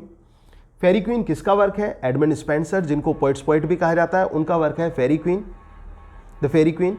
John Milton's Paradise Lost focuses attention on the relationship between heaven versus hell, God versus Satan and God versus evil. याद रखना दोस्तों, जो Paradise Lost है, Paradise Lost में focus attention किया गया है किस पर, इसमें रिलेशनशिप को दर्शाया गया है, किस किस की रिलेशनशिप को, हेवन वर्सेस हेल को लेकर, गॉड वर्सेस सैटर्न को लेकर और गॉड वर्सेस एविल को लेकर इसमें रिलेशन को रिप्रेजेंट किया गया है पैराडाइज लॉस्ट में। Adam and eaves disobedience is the stated subject of Paradise Lost. Adam और ईव का जो डिसओबीडियंस है, जो डिसओबीडियंस ऑफ गॉड उन्होंने किया, भगवान की आज्ञा का उल्लंघन, भगवान ने मना किया था उनसे कि भाई ये एप्पल को टेस्ट नहीं करना है, लेकिन सैटर्न के अटेम्प्ट करने पर किया, तो भगवान की आज्ञा का उल्लंघन है, तो ये पैराडाइज लॉस्ट का है। To justifies the ways of God to man is Milton's stated purpose in Paradise Lost. इसके साथ साथ मिल्टन का स्टेटेड पर्पज क्या है, to justifies the ways of God to man, ये भी मिल्टन का जो थीम है पैराडाइज लॉस्ट की। A noble and puissant nation rousing herself like a strong man after sleep, shaking her invisible locks, said by Milton about Elizabethan period। ये Milton के द्वारा कहा गया था, किसके बारे में, एलिजाबेथन पीरियड के बारे में मिल्टन के द्वारा इस बात को कहा गया था। तो इसको आसान सी ट्रिक से दोस्तों क्या आपको याद रखना है, इसमें आपको याद रखना है कि मिल्टन के अनुसार जो एलिजाबेथ थी, ठीक है ना, वैसे एलिजाबेथन पीरियड के लिए दोस्तों ट्रिक में आप ये दिमाग में बिठाने के लिए याद रख लेना। तो जो एलिजाबेथ थी उसके बाल कैसे थे, उसके बालों में इनविजिबल लॉक्स थे। कैसे थे, उसके बालों में क्या थे, इनविजिबल लॉक्स थे। तो या फिर इतना याद रख लेना कि एलिजाबेथ इनविजिबल लॉक्स रखती थी, मिल्टन के अनुसार एलिजाबेथ क्या रखती थी, इनविजिबल लॉक्स रखती थी। इस तरह से दिमाग में आप इसको याद रख सकते हैं। दोस्तों याद करने का तरीका फिलहाल ढूंढ रहा है, जो क्रिटिकल कमेंट आपको याद नहीं हो पा रहे हैं उनको याद रखने के लिए ऐसे छोटे छोटे से ट्रिक आप बनाइए, उसके अकॉर्डिंग आप हिंदी में लिखिए और आसानी से इनको याद कर लीजिए। तो ये एलिजाबेथन पीरियड के लिए कहा गया, ना कि एलिजाबेथ के लिए। ये केवल मैंने आपको ट्रिक में याद रखने के लिए बताया कि एलिजाबेथन के इनविजिबल लॉक से दिमाग में बिठा लेना। Francis Bacon was the greatest prose writer of the age of Milton. Milton के एज के जो ग्रेटेस्ट प्रोज राइटर थे वो कौन थे, फ्रांसिस बेकन थे। Milton was an official servant at the court of Cromwell, Oliver Cromwell. Oliver Cromwell के court में मिल्टन जो थे वो एक लेटिन सेक्रेटरी के रूप में थे, एक ऑफिशियल सर्वेंट थे। When the civil war broke out in 1642, Milton threw himself heart and soul into the struggle against King Charles। दोस्तों जब सिविल वॉर छिड़ा था 1642 में, तो मिल्टन ने अपने आप को पूरी तरह से जो किंग चार्ल्स थे उनके अगेंस्ट स्ट्रगल में अपने आप को पूरी तरह से झोंक दिया था। Comus by Milton is a masque. Milton के द्वारा लिखा गया जो कोमस है, क्या है ये दोस्तों, ये एक मास्क है। क्या है ये एक मास्क है। कोमस जो है मिल्टन के द्वारा लिखा गया एक मास्क है। Milton wanted to write an epic that was equal to the greatness of Homer's and Virgil's. Milton एक ऐसा एपिक लिखना चाहते थे जो होमर और वर्जिल के समान हो, उनकी महानता के समान हो, ऐसा एपिक लिखना चाहते थे। और दोस्तों आपने देखा भी कि मिल्टन किस प्रकार से महान हुए। F.R. Leavis accused Milton of callousness to the instinct nature of English. दोस्तों जो F.R. लेविस हुए हैं, इन्होंने मिल्टन पर आरोप लगाया है कि मिल्टन के अंदर बहुत ज़्यादा, जिसको कहते हैं ना कि एक सेल्फ सेंटर्ड पर्सन, कि खुद को सोचने वाला, ईगो में रहने वाला, इस तरह का व्यक्ति था। तो उसको उसका आरोप लगाया। तो सिंपल से बात देखो, आसान सा तरीका क्या है, आसान सा देखो, कैलोसनेस को आप हिंदी के वर्ड कालस से तोड़िए। कालस कालस कालस होती है ना, वो काली काली जो हो जाती है। तो इस तरह से आप याद रखिए, F.R. लेविस को मिल्टन के अंदर कालस दिखाई पड़ती थी, या फिर ऐसा याद रख लेना कि F.R. लेविस को मिल्टन काले लगते थे। F.R. लेविस को क्या लगते थे? मिल्टन काले लगते थे। इस तरह से दोस्तों ट्रिकी मेथड है, इसको सीरियस मत लेना, केवल एग्जाम के पॉइंट ऑफ व्यू से, केवल तैयार करने के लिए, इनको आप तैयार करने के लिए आसानी से ट्रिक बनाकर जा सकते हैं। अदरवाइज आपको पूरा ही दिमाग में बैठाना है, पूरी ट्रिक आप पे आनी चाहिए, क्योंकि you are going to be a good teacher. और गुड टीचर बनने के लिए आपको पूरा का पूरा क्रिटिकल कमेंट याद होना चाहिए। लेकिन इस समय याद नहीं हो पा रहा है, एग्जाम सर पर है, तो फिलहाल के लिए आप एक काम चलाओ वाली कंडीशन कर सकते हैं। तो ट्रिकी मेथड को आप अपना सकते हैं। क्या कर सकते हैं कि F.R. लेविस को मिल्टन कैसे लगते थे? मिल्टन काले लगते थे। इस तरह से आप इसको दिमाग में बिठाइए। Milton is buried at Chalfont Saint Giles. Chalfont Saint Giles में मिल्टन को बरीड किया गया। 7 fallen angels are there in Milton's Paradise Lost. The question is quite important guys, बहुत इंपॉर्टेंट क्वेश्चन है कि how many fallen angels are there in Milton's Paradise Lost. Milton के Paradise Lost में कितने fallen angels हैं? तो आपका answer होगा 7 फॉलन एंजल्स। क्या आंसर होगा? 7 फॉलन एंजल्स हैं मिल्टन के पैराडाइज लॉस्ट में। Paradise Lost is called the last great Elizabethan poem. जो पैराडाइज लॉस्ट है उसको लास्ट ग्रेट एलिजाबेथन पोएम के रूप से जाना जाता है। याद रखना, जो पैराडाइज लॉस्ट है उसको लास्ट ग्रेट एलिजाबेथन पोएम के रूप में जाना जाता है। Subject matter in Paradise Lost is universal. जो पैराडाइज लॉस्ट का सब्जेक्ट मैटर है दोस्तों, वो कैसा है? यूनिवर्सल है। कैसा है दोस्तों? यूनिवर्सल है। De Doctrina Christiana by Augustine cast doubts on the orthodoxy of Paradise Regained. दोस्तों जो डी डॉक्ट्रिना क्रिस्टीना का जो ऑगस्टाइन का डी डॉक्ट्रिना क्रिस्टीना है, उसमें किस चीज़ पर कास्ट किया गया है? Orthodoxy of Paradise Regained. Paradise Regained की ऑर्थोडॉक्सी को लेकर उन्होंने इस बुक में, अपने वर्क में रिप्रेजेंट किया है। This man cuts us all out and the ancient too. ये बात किसने किसके लिए कही? कि ये जो व्यक्ति है ये हमें और जो एंशिएंट रहे हैं, जो प्राचीन लोग रहे हैं, उनको बिल्कुल अलग कर देता है। तो ये बात किसने कही दोस्तों? ड्राइडन ने कही थी मिल्टन के बारे में। किसने कहा था? ड्राइडन ने मिल्टन के बारे में इस बात को कहा था। तो मिल्टन जो है वो सभी को बाहर कर देते हैं, चाहे नए हो चाहे पुराने हो, सबको वो अपने से अलग थलग कर देते हैं। ये बात कही थी। इस तरह से दिमाग में बिठा सकते हैं आप। लैमरटाइन described Milton's Paradise Lost as the dream of Puritan fallen asleep over his Bible। ठीक है ना, ओवर हिज बाइबल। लैमरटाइन जो थे, लैमरटाइन ने मिल्टन के पैराडाइज लॉस्ट को किस रूप में रिप्रेजेंट किया है? Dream of Puritan fallen asleep over his Bible. कि जो प्यूरिटन ड्रीम है बाइबल के ऊपर सोते हुए, उसको रिप्रेजेंट किया है। तो इस तरह से आप इसको, जो सिंपल सा मीनिंग है उसी में ही आप इसको याद कर लीजिए। Milton wrote the sonnet on his deceased wife. ये क्वेश्चन आता है दोस्तों, ऑन हिज डिसीज्ड वाइफ किसकी सोनेट है? आपका आंसर होगा जॉन मिल्टन की। किसकी है दोस्तों? जॉन मिल्टन की है। The meaning of Milton's work Il Penseroso is pensive and ill man. Milton का जो वर्क है दोस्तों इल पेंसोरोसो, उसका मीनिंग क्या है? तो उसका मीनिंग होगा पेंसिव एंड इल मैन। क्या मीनिंग होगा? Pensive and ill man. और जैसे कि एलिग्रो है, उसको मैंने आपको बताया था कि एलिग्रो जो है एक हैप्पी मैन है। Allegro, Dai Saul was like a star and dwelt apart. तुम्हारी जो आत्मा थी सितारे के समान थी और जो अलग हो गई। ये किसने कहा? ये वर्ड्सवर्थ ने कहा मिल्टन के बारे में। किसने कहा दोस्तों? वर्ड्सवर्थ ने मिल्टन के बारे में कहा। कुल मिलाकर वर्ड्सवर्थ ने मिल्टन को सितारे के रूप में दर्शाया। The meaning of Milton's work L Allegro is happy और चीयरफुल मैन। जो मिल्टन का वर्क है एल एलिग्रो और एल पेंसोरोसो दोनों कंपेनियन पोएम है। एल पेंसोरोसो अपेंसिव और इल मैन, और एल एलिग्रो हैप्पी और चीयरफुल मैन। दोस्तों वीडियो अच्छी लग रही हो तो प्लीज़ वीडियो को लाइक जरूर कर दें, क्योंकि अब ये समझ लीजिए कि ये आपके लिए संजीवनी बूटी के समान ये वीडियो है जो मैं आपके लिए मैराथन ला रहा हूँ। चाहे वो वर्ड्सवर्थ को लेकर हो, चाहे वो मिल्टन को लेकर हो, बहुत ही स्पेशल क्लासेस हैं। आप इनको एंजॉय कीजिए और अपने सपने को भी साकार कीजिए। और मेरी आपसे एक छोटी सी रिक्वेस्ट बस इतनी ही है, मैं आपसे केवल ये चाहता हूँ कि आप एक अच्छे स्टूडेंट होने के नाते आपको करना क्या है, वीडियो को ज़्यादा से ज़्यादा स्प्रेड करना है, ज़्यादा से ज़्यादा लोगों तक इसको पहुंचाना है, ज़्यादा से ज़्यादा जो एस्पिरेंट्स हैं जो तैयारी कर रहे हैं उन तक आपको इसको पहुंचाना है। Milton's poems Lycidas was written for a fellow writer and friend Edward King. दोस्तों मिल्टन की पोएम लिसिडास जो थी वो किसको एड्रेस है, तो मिल्टन के फ्रेंड्स एडवर्ड किंग को ये एड्रेस की गई है। जो लिसिडास जो पेस्टोरल एलेजी है इनकी।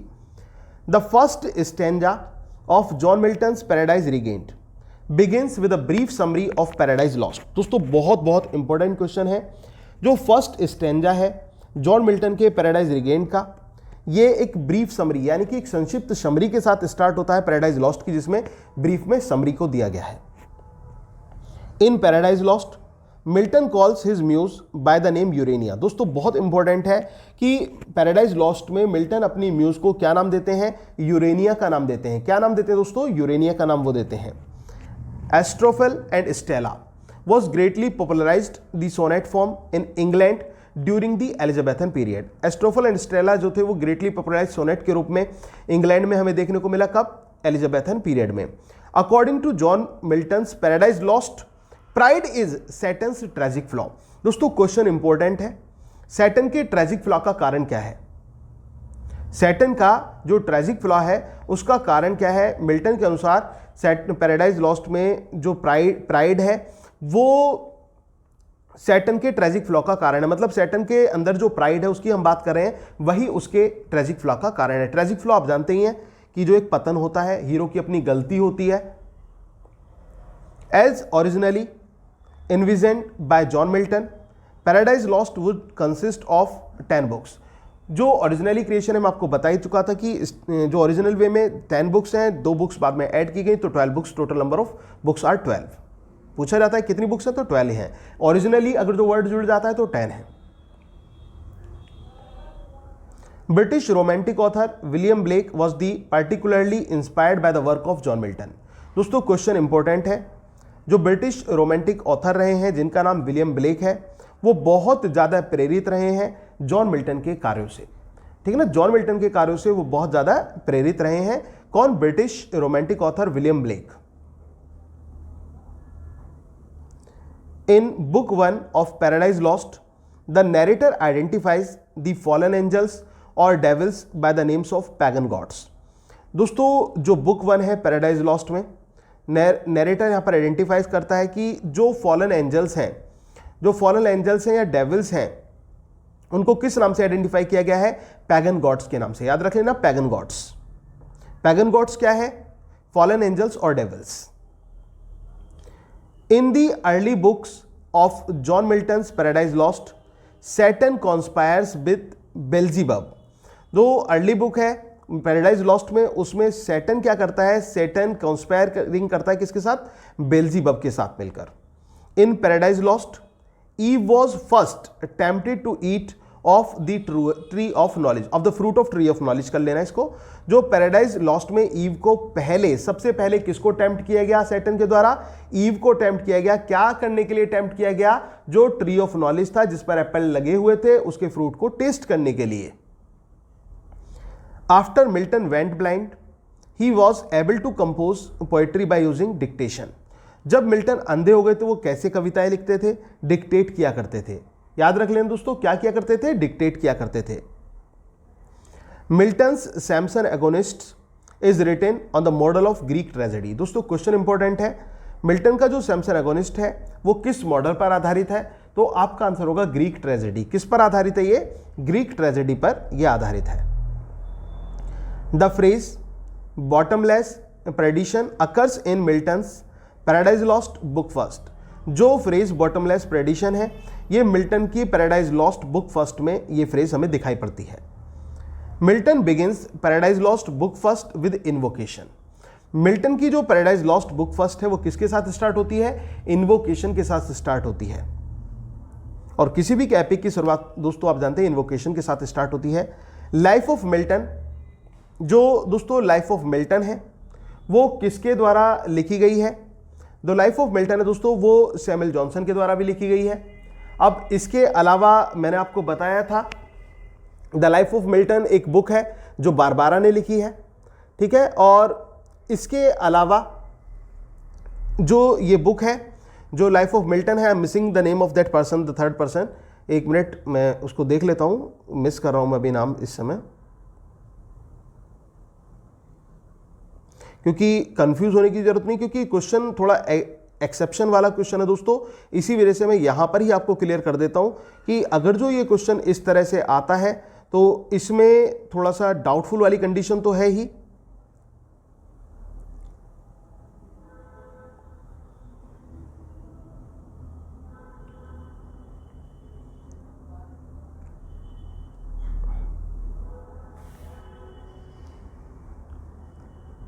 अभी फिलहाल दिमाग में से मतलब थोड़ा सा ऑफ हो रहा है नाम, जैसे ही आएगा मैं आपको बताता हूं दोस्तों।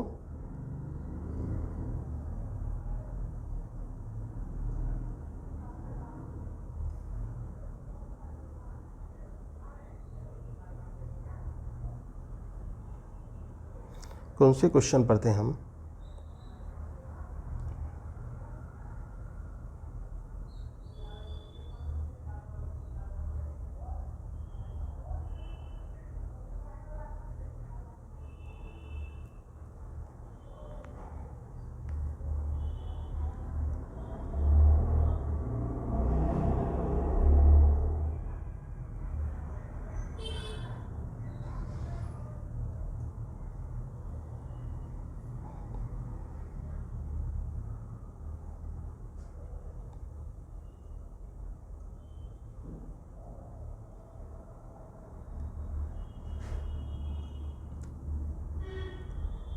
हाँ, बात यहाँ पर आती है life of Milton has been written by Samuel Johnson.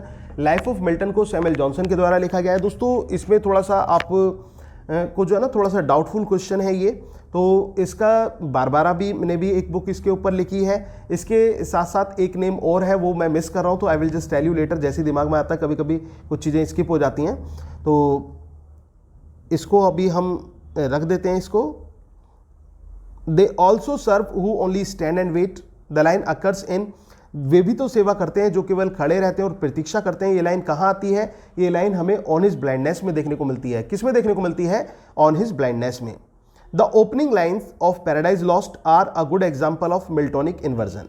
जो ओपनिंग लाइन्स है पैराडाइज लॉस्ट की वो किसका एग्जाम्पल है दोस्तों? मिल्टोनिक इन्वर्जन का एग्जाम्पल है।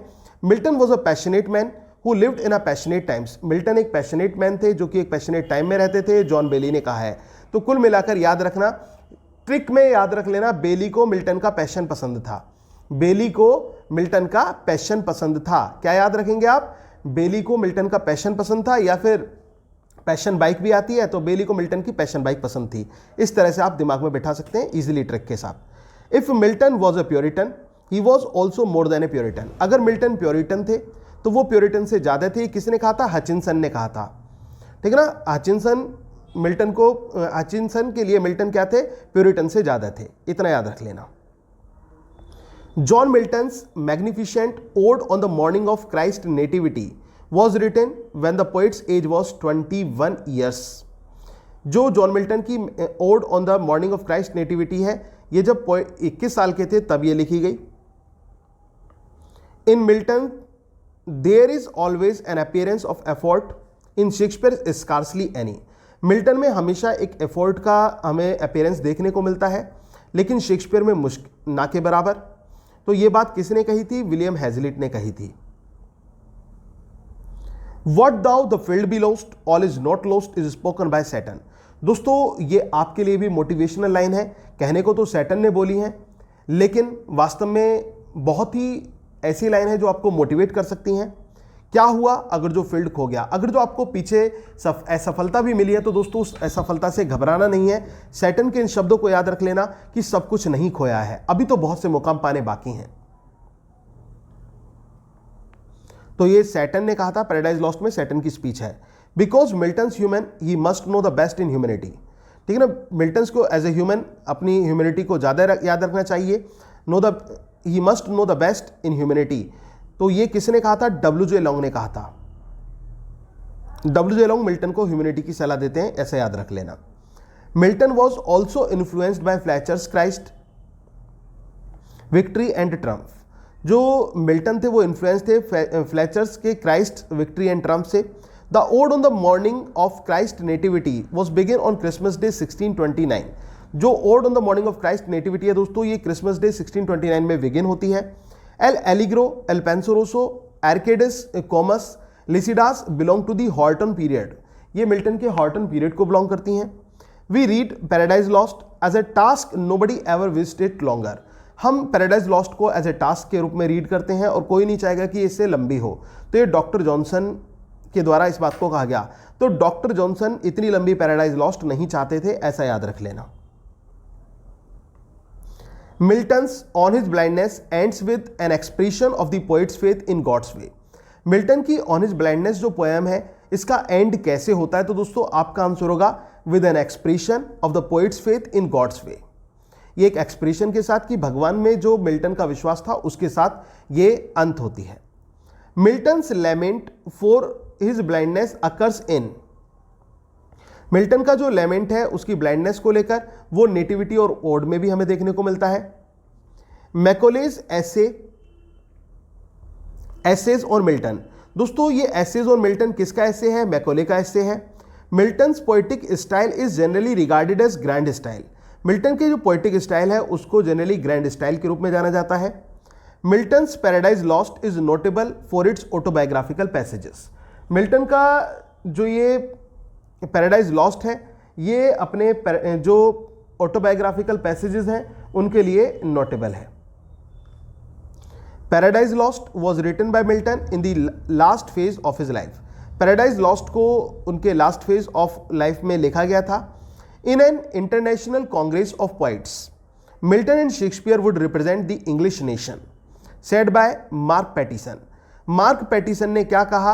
मार्क पैटिसन ने इस बात को कहा कि एक इंटरनेशनल कांग्रेस पोइट्स के रूप में मिल्टन और शेक्सपियर जो हैं पूरे राष्ट्र को रिप्रेजेंट करेंगे। तो पैटिसन के अकॉर्डिंग मिल्टन और शेक्सपियर पूरे राष्ट्र को रिप्रेजेंट करते हैं, ऐसा आप याद कर लेना, हिंदी में लिख लेना, याद हो जाएगा। Milton was a belated Elizabethan poet. Question आएगा who among the following was a belated Elizabethan poet? Your answer will be Milton. When the assault was intended to the city is a sonnet written by Milton. When the assault was intended to the city, ये किसके द्वारा लिखी गई sonnet है? ये Milton के द्वारा लिखी गई सोनेट है। The woman character डेलिला appears in Samson Agonistes. जो डेलिला का कैरेक्टर है सैमसन की वाइफ के रूप में दिखाया गया है, तो वो किस वर्क में हमें देखने को मिलता है? सैमसन एगोनिस्ट में देखने को मिलता है। इसके बाद दोस्तों दी डॉक्ट्रिना क्रिस्टीना, ये जो बाय ऑगस्टीन है, इसमें किस चीज पर डाउट कास्ट किया गया? ऑर्थोडॉक्सी ऑफ पैराडाइज रीगेन, ठीक है ना, उस पर। Milton's Paradise Lost has been praised for its grand style. Milton के पैराडाइज लॉस्ट को इसके ग्रैंड स्टाइल के लिए प्रेज किया गया है। Samuel Johnson disapproved Milton's Lycidas for its inherent improbability. किसने इसकी इनहेरेंट इम्प्रोबेबिलिटी के लिए लिसिडास को डिसअप्रूव किया था? आपका आंसर होगा डॉक्टर जॉनसन ने। Milton was appointed to the position of Latin secretary to Cromwell's government chiefly due to his work on the tenure of kings and magistrate। ये तो आप जानते हैं कि मिल्टन को लेटिन सेक्रेटरी की पोस्ट पर रखा गया था, लेकिन किस वर्क की वजह से रखा गया था क्रॉमवेल्स गवर्नमेंट ऑफिस में? तो आपका आंसर होगा on the tenure of Kings and magistrate, उनके वर्क के कारण। Better to reign in hell than to serve in heaven, ये सैटर्न ने कहा पैराडाइज लॉस्ट बुक फर्स्ट में। The title of Areopagitica is derived from a speech which was addressed to the Athenian court of the Areopagus. The speech was addressed by Isocrates। दोस्तों बहुत बहुत important है और यहीं पर 2-3 क्वेश्चन इसी question के अंदर से बनते हैं। सबसे पहला क्वेश्चन तो ये जो टाइटल है एरियोपैगिटिका का, एरियोपैगिटिका आप जानते हैं कि मिल्टन का वर्क है, इसका टाइटल कहाँ से लिया गया? तो आपका आंसर होगा एक स्पीच से लिया गया जो एथेनियन कोर्ट को एड्रेस की गई थी। और किसके द्वारा एड्रेस की गई? दूसरा क्वेश्चन, एरियोपैगस, ठीक है ना, कोर्ट ऑफ द एरियोपैगस को आइसोक्रेट्स के द्वारा, किसके द्वारा एड्रेस की गई? आइसोक्रेट्स के द्वारा एड्रेस की गई थी, तो वहां से ये टाइटल आता है। In his doctrine and discipline of divorce and tetrodoron, Milton repudiates marriage. जो इनका डॉक्ट्राइन डिसिप्लिन ऑफ डाइवोर्स है दोस्तों, और इसके अलावा इनका टेट्रोडन जो वर्क है, इसमें मिल्टन किसको रिप्यूडिएट करते हैं? मैरिज को। बनहिनफेल्ड्स इज एसोसिएटेड विद मिल्टन। बनहिनफेल्ड किससे एसोसिएट है? ये मिल्टन से एसोसिएटेड है। His style was unconsciously sublime because the lived and thought consciously in a sublime atmosphere। ये किसने कहा था? ये W.J. लॉन्ग ने मिल्टन के बारे में कहा था। उनका जो स्टाइल था वो अनकॉन्शियसली सबलाइम था, क्योंकि वो कैसे रहते थे? कॉन्शियसली सबलाइम एटमॉस्फेयर में रहते थे। कुल मिलाकर मिल्टन को, जो इसमें आप क्या कहेंगे, लॉन्ग को मिल्टन की सब्लिमिटी अच्छी लगती थी। सबलाइम से सब्लिमिटी तोड़िए तो उससे आपको दिमाग में बैठ जाएगा। Lamartine has described Paradise Lost as the dream of Puritan fallen asleep over his Bible। ये किसने कहा? Lamartine ने क्या कहा? How sweet is divine philosophy, not harsh and crabbed as dull fool suppose, but sweet as is the Apollo's lute। ये lines कहाँ आती हैं दोस्तों? ये लाइन आती है, केवल आप इतना ध्यान रख लेना, क्योंकि स्टार्टिंग की लाइन ये जरूर आती है और सिंगल भी आ सकती है। How sweet is divine philosophy, ये मिल्टन के कॉमर्स में हमें देखने को मिलती है। कॉमर्स जो कि इनका मास्क है। El Allegro, after banishing the spirit of loathed melancholy, welcomes the goddess of mirth, Euphrosyne। El Allegro में दोस्तों यहाँ पर जो मिल्टन है वो किसको अपनी जिंदगी से दूर भेज देते हैं या फिर नफरत करते हैं? मेलनकली से नफरत करते हैं। और जो गॉडेस ऑफ मर्थ है, यानी कि खुशी की जो देवी है, जिनका नाम यूफ्रोसिन है, याद रख लेना। ये पूरी पोएम भी मैंने आपको पूरी पढ़ाई हुई है और पार्ट 1, 2, 3 में बटी हुई है दोस्तों, तो आप इसको जरूर देखें, इन वीडियोस को, जो इनकी मिल्टन की पोएम्स हैं। इसके बाद animate versions is an attack on character writer bishop hall. जो एनिमेट वर्जन्स है दोस्तों, ये एक क्या है? ये एक अटैक है किस पर? On a character writer bishop hall पर ये एक अटैक दिया गया है। और ये जो एनिमेट वर्जन्स है दोस्तों, ये मिल्टन का लिखा हुआ एक प्रोज ट्रैक्ट है। During the age of Elizabethan the Puritans were in minority. जो एलिजाबेथन पीरियड में जो प्यूरिटन्स जो थे वो कैसे थे? वो माइनॉरिटी में थे। What though the field be lost all is not lost. क्या हुआ अगर जो वो स्थान खो गया, सब कुछ तो नहीं हुआ। ये सैटन ने कहा है पैराडाइज लॉस्ट में। John Milton is the writer of the history of Britain. Question आ सकता है हिस्ट्री ऑफ ब्रिटेन के राइटर कौन है? आपका आंसर होगा John Milton. In Milton there is an appearance of effort in Shakespeare scarcely any. ये विलियम हैजलिट ने कहा। John Milton was nicknamed as the Lady of Christ. John Milton को Lady of Christ college के नाम से भी जाना जाता था। किसके नाम से जाना जाता था? लेडी ऑफ क्राइस्ट कॉलेज के नाम से भी जाना जाता था। दोस्तों ये नाम इनको किसने दिया? ये नाम इनको जॉन ऑब्री ने दिया। याद रख लेना, जॉन ऑब्री ने इनको लेडी ऑफ क्राइस्ट कहकर पुकारा था इनकी बुक ब्रीफ लाइफ्स में। याद रख लेना, जॉन ऑब्री ने अपनी बुक ब्रीफ लाइफ्स में इनको लेडी ऑफ क्राइस्ट कॉलेज का नाम दिया था, जॉन ऑब्री ने। They also serve only stand and wait Milton's honest blindness. Milton is rightly and judiciously classified with the two great epic poets of the world, Homer and Virgil। ये किसने कहा था कि जो मिल्टन की इच्छा भी थी कि मैं उनके साथ कंपेयर होना चाहता हूं, और मिल्टन की यहाँ पर कहते हैं कि होमर और वर्जिल के साथ जो है उनको क्लासिफाइड किया जाता है राइटली भी और जुडिशियली भी। ये किसने कहा? ये प्रोफेसर डॉब्सन ने कहा। तो प्रोफेसर डॉब्सन ने मिल्टन को होमर और वर्जिल के साथ तुलना की। By force hath overcome but half is foe. ये मिल्टन के पैराडाइज लॉस्ट में लाइन देखने को मिलती है। The opening lines of Paradise Lost are a good example of Miltonic inversion. जो ओपनिंग लाइन्स हैं पैराडाइज लॉस्ट की, वो गुड एग्जाम्पल है किसका? मिल्टोनिक इन्वर्जन का। किसका गुड एग्जाम्पल है दोस्तों? मिल्टोनिक इन्वर्जन का। दोस्तों बोर तो नहीं हो रहे हैं? अभी भी क्लास काफ़ी लंबी ही समझ लीजिए, क्योंकि अभी तो हम आधे पड़ाव पर पहुंचे हैं, तो अभी क्लास बाकी है। तो अभी क्लास को आप एंजॉय कीजिए, और अगर जो आप कुछ खाना पीना चाहते हैं साथ में, तो दोस्तों खाते पीते रहिए, कोई फर्क नहीं पड़ता।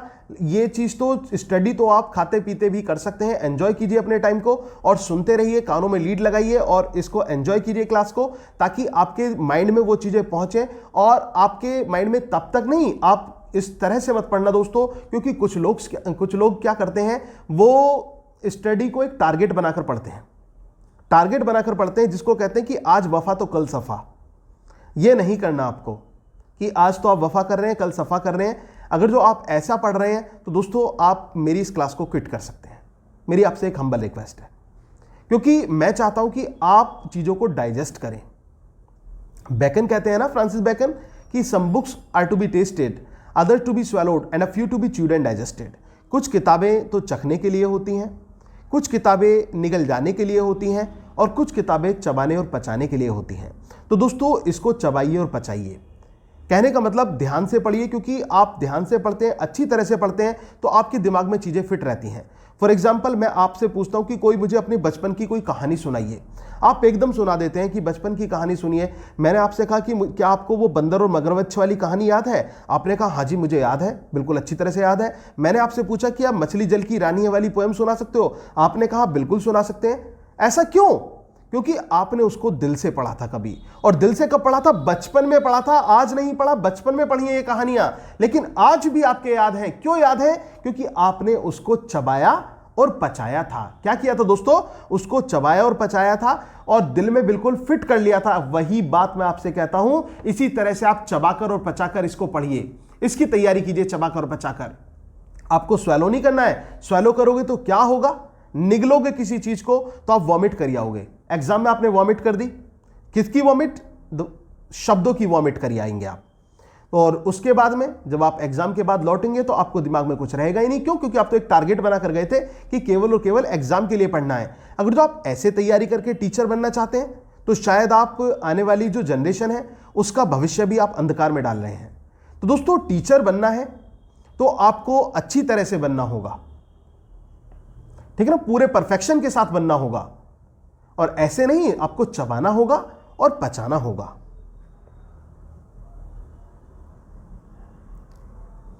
तो इसके बाद आगे बढ़ते हैं। दोस्तों क्लास अच्छी लग रही है तो प्लीज वीडियो को लाइक जरूर कर देना। और इसके साथ साथ एक इंफॉर्मेशन मैं और देना चाहूंगा। दोस्तों हमारा जूनियर जो असिस्टेंट टीचर का जो एक बैच है वो हमारा स्टार्ट हो रहा है। और एडिट स्कूल्स में टीचर्स के लिए, जिसको आप सुपर टेट भी कहते हैं, तो उस बैच का जो क्रैश कोर्स है वो आप ज्वाइन कर सकते हैं। दोस्तों क्रैश कोर्स हमारा 10 तारीख से स्टार्ट हो रहा है। अगर जो आप उस क्रैश कोर्स में भाग लेना चाहते हैं तो आप मुझे मेरे नंबर 9756055255 पर आप कांटेक्ट कर सकते हैं।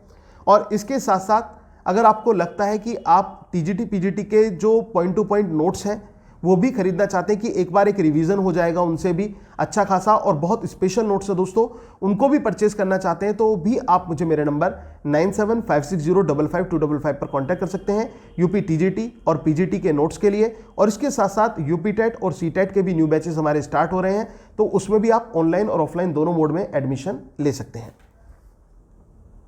तो हम बात कर रहे थे कि मिल्टन को belated Elizabethan poet, pamphleteer, historic और civil servant for Commonwealth of England के नाम से जाना जाता है। मतलब ये वर्क मिल्टन ने किए। A memorial to Milton was placed in the Poets' Corner of Westminster Abbey. Milton के लिए एक मेमोरियल जो था प्लेस किया गया कहाँ पर? Poets Corner of Westminster Abbey में। The poem Il Penseroso begins with the rejection deluding joy. Milton hails melancholy as a goddess. जो यहाँ पर पोएम एल पेंसोरोसो है, ये जॉय, डिल्यूडिंग जॉय के रिजेक्शन के साथ स्टार्ट होती है, जिसमें वो आनंद को जो है अपनी जिंदगी से रिजेक्ट कर देना चाहता है, दूर भेज देना चाहता है खुशी को। और मिल्टन जो है स्वागत करता है किसका? मेलनकली का। एक देवी के रूप में जो मेलनकली है उसका स्वागत मिल्टन करता है। Muse is the goddess of poetry. Muse कौन है? म्यूज गॉडेस ऑफ पोएट्री है। Satan is very optimistic. याद रखना दोस्तों, सैटर्न कैसा है? सैटर्न आशावादी है या निराशावादी है? आपका आंसर होगा आशावादी। Satan is very optimistic. Mammon a devil epitome of wealth. Mammon जो कि एक डेविल है वो किसका एपिटोम है? वेल्थ का एपिटोम है। याद रख लेना, मैमन डेविल किसका एपिटोम है? वेल्थ का एपिटोम है। Moloch refers to rash and murderous devil. Moloch जो है वो एक रैश और मर्डरस डेविल के रूप में रिप्रेजेंट किया जाता है। Abdiel an angel who demonstrates the power of Satan's presence. Abdiel एक एंजल है जो डेमोन्स्ट्रेट करता है सैटर्न की प्रेजेंस की पावर को। Saturn is the hero of Paradise Lost. Saturn जो है पैराडाइज लॉस्ट का हीरो है। दोस्तों इस बात को लेकर बहुत पक्ष और विपक्ष हैं कि कौन इसका हीरो है, सैटर्न है, एडम है या जीसस क्राइस्ट है। इसका हीरो कौन है? क्योंकि पैराडाइज रिगेंस्ट का तो बिल्कुल क्लियर है कि क्राइस्ट हीरो है पैराडाइज रीगेंड के। लेकिन पैराडाइज लॉस्ट में क्रिटिक्स ने बहुत ज्यादा तनातनी रही है, लेकिन ओवरऑल कंक्लूजन पर जब हम आते हैं तो हमें पता चलता है कि सैटर्न ही इसका हीरो है। Paradise Lost was a beautiful and grand curiosity, ये किसने कहा था? जॉन कीट्स ने कहा था। ठीक है ना, किसने कहा दोस्तों? ये जॉन कीट्स ने कहा Paradise Lost was a beautiful and grand curiosity. तो जॉन कीट्स को पैराडाइज लॉस्ट ब्यूटीफुल और ग्रैंड क्यूरियोसिटी के रूप में दिखाई पड़ता है। Paradise Regained is particularly sui generis in its poetic execution, ये नॉर्थरॉप फ्राई ने कहा। नॉर्थरॉप फ्राई ने क्या कहा दोस्तों? पैराडाइज रीगेंड को sui generis कहा। क्या कहा? sui generis आप जानते होंगे यूनिक वर्क जो होता है, ग्रेट वर्क जो होता है, उसको कहा जाता है। पैराडाइज रीगेंड को ऐसा कहा गया है, किसके द्वारा? नॉर्थरॉप फ्राई के द्वारा। Pandemonium refers to all the demons in Greek, Greek में पेंडिमोनियम जो है वो सभी डायमंड्स को रेफर किया जाता है, सभी डायमंड्स को। और दोस्तों यहां पर पैराडाइज लॉस्ट में आप जो पेंडिमोनियम देखेंगे वो क्या है? वो कैपिटल ऑफ हेल है। क्या है वो दोस्तों? Capital of hell. Samson Agonistes shows Milton's desire to bring gravity and calm dignity on the Greek tragedies. जो सैमसन एगोनिस्ट है वो किस चीज को शो करता है? तो मिल्टन की डिजायर को शो करता है, जो कि ग्रेविटी को लेकर आए और काम डिग्निटी को लेकर आए ग्रीक की ट्रेजेडीज के आधार पर। Lycidas is the touchstone of poetic taste. Which of the following is the touchstone of poetic taste by Tennyson? So आपका आंसर होगा लिसिडास। लिसिडास, ध्यान रखना, टेनिसन को मिल्टन की लिसिडास एक टच स्टोन के रूप में दिखाई पड़ती थी। Paradise Regained is known as Milton's favourite of all his work. Milton का फेवरेट वर्क कौन सा था? बहुत इंपॉर्टेंट क्वेश्चन है और अक्सर एग्जाम में आता है। मिल्टन का फेवरेट वर्क था पैराडाइज रीगेन्ड। कौन सा था दोस्तों? पैराडाइज रीगेन्ड मिल्टन का फेवरेट वर्क था। Saturn lies stand beside his second in command, Beelzebub, in a lake of fire that gives off darkness instead of light. जो Saturn है वो बिल्कुल लाइज रहता है, स्टैंड कहां पर? बिल्कुल beside his second in command. उसका जो सेकेंड इन कमांड कौन है दोस्तों? एक तो क्वेश्चन ये भी आता है, बेल्जीबब जो है जो सैटर्न का सेकेंड इन कमांड है, और लाइट की जगह वो किस चीज को रिप्रेजेंट करता है? डार्कनेस को रिजेंबल करता है। Michael is the chief of the archangels. Archangels का चीफ कौन है दोस्तों? माइकल है। ये भी क्वेश्चन इंपॉर्टेंट है।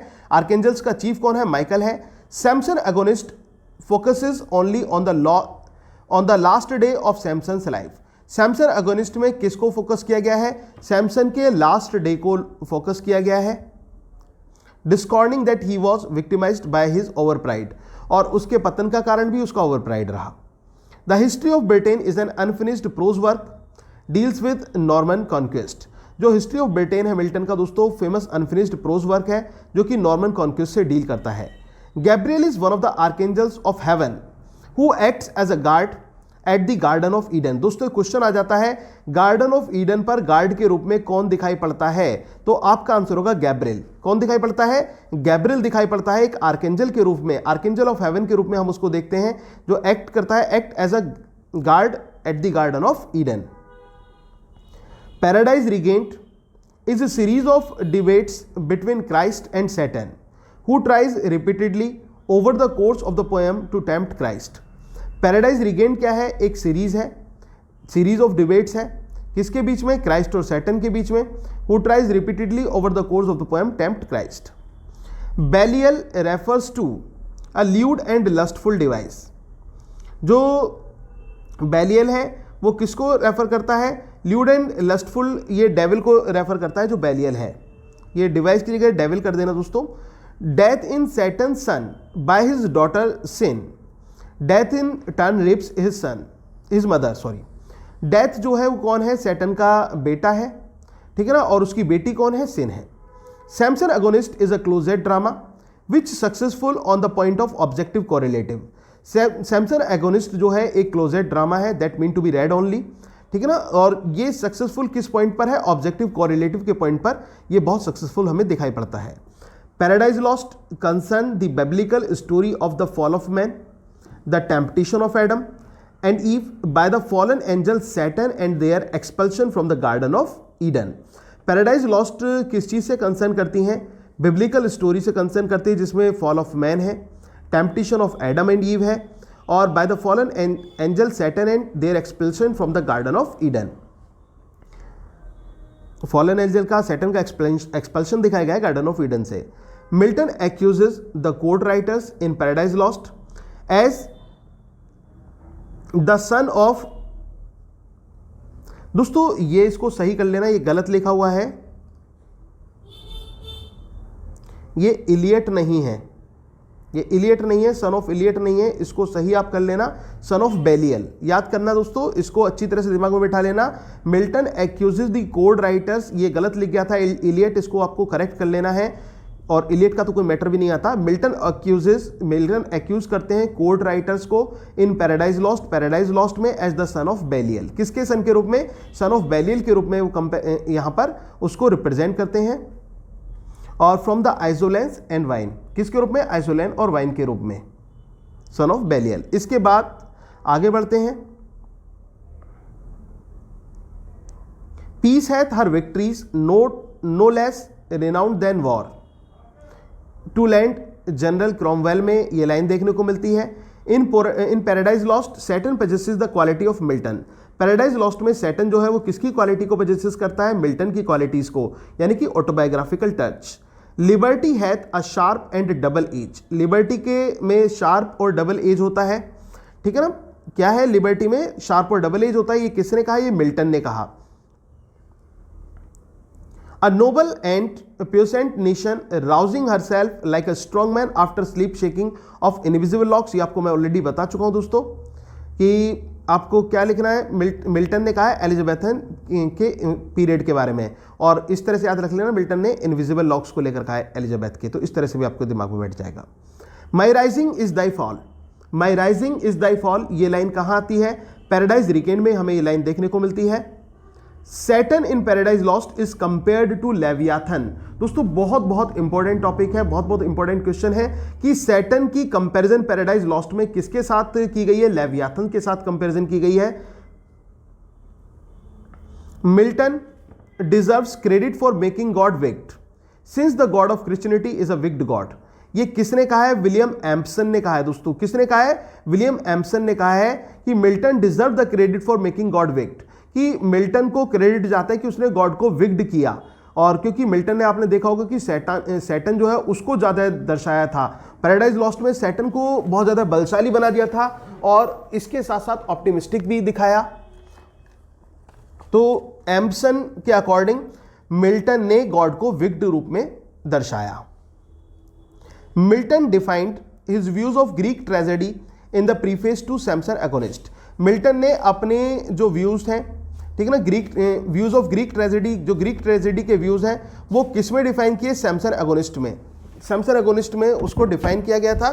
Paradise Lost is known as a triumph of Hebraism, जो पैराडाइज लॉस्ट है दोस्तों उसको ट्रिम्फ ऑफ हेब्रिज्म माना जाता है, यानी कि एक ट्रिम्फ, किसकी ट्रिम्फ? जो जिविश कम्युनिटी है उसकी ट्रिम्फ के रूप में इसको लिया जाता है। Milton's Comus is a poem to chastity, दोस्तों ये पोएम इसको कर लेना, ये गलत लिखा हुआ है। Milton's Comus is a masque to chastity या पोएम टू चेस्टिटी के रूप में आप इसको दिमाग में बिठाएंगे। Pandemonium is the name invented by John Milton for the capital of hell, Pandemonium जो था वो एक नाम है जॉन मिल्टन के द्वारा दिया गया, जो कि किसको कहा गया है? कैपिटल ऑफ हेल को कहा गया है। The high capital of Saturn and his peers, जो कैपिटल है सैटर्न की और उसके साथियों की। PB Shelley's character Prometheus is an attempt to revise Milton Saturn, दोस्तों ये भी क्वेश्चन दोस्तों बहुत इंपॉर्टेंट आ जाता है कि पीबी शैली का जो कैरेक्टर है प्रोमीथियस का कैरेक्टर पीबी शैली के द्वारा जो दिया गया है वो एक अटेम्प्ट है। किस चीज का अटेम्प्ट है? मिल्टन के सैटर्न के कैरेक्टर को रिवाइज करने का अटेम्प्ट है पीबी शैली का जो कैरेक्टर है प्रोमीथियस। दोस्तों अगर जो वीडियो अच्छी लग रही हो तो प्लीज वीडियो को लाइक जरूर कर देना, और इसके साथ साथ कमेंट बॉक्स में रिप्लाई करके, तो आपको जरा सा टाइम तो अपना निकालना ही है दोस्तों, तो थोड़ा सा टाइम जो आपका जो प्रीशियस टाइम है उसका थोड़ा सा टाइम कमेंट बॉक्स के लिए मेरे लिए जरूर निकाल लेना, ताकि मुझे आपका फीडबैक मिल सके। Paradise Lost is among other things a poem about civil war, Paradise Lost जो है, Paradise Lost is a among other things a poem about civil war, ये पोएम जो है ये एक सिविल वॉर की पोएम है। तो ये जॉन लियोनार्ड ने कहा है, जॉन लियोनार्ड को पैराडाइज लॉस्ट में सिविल वॉर दिखाई पड़ता था, ऐसे आप याद रख लेना। दोस्तों ट्रिक में बनाइए और उससे मिलती जुलती हिंदी बनाइए और आसानी से दिमाग में बिठा लीजिए। मिल्टन रॉट, ये मिल्टन से नहीं है, Milton wrote his first Latin Elegia Prima to his friends Charles Diodati from Saint Paul. तो एलिजिया प्राइमा किसके लिए लिखी? चार्ल्स डिडोटी के लिए लिखी इन्होंने।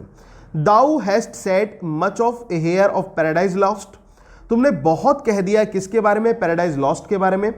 But what hast thou to say of Paradise Found, लेकिन पैराडाइज फाउंड के बारे में आप क्या कहेंगे?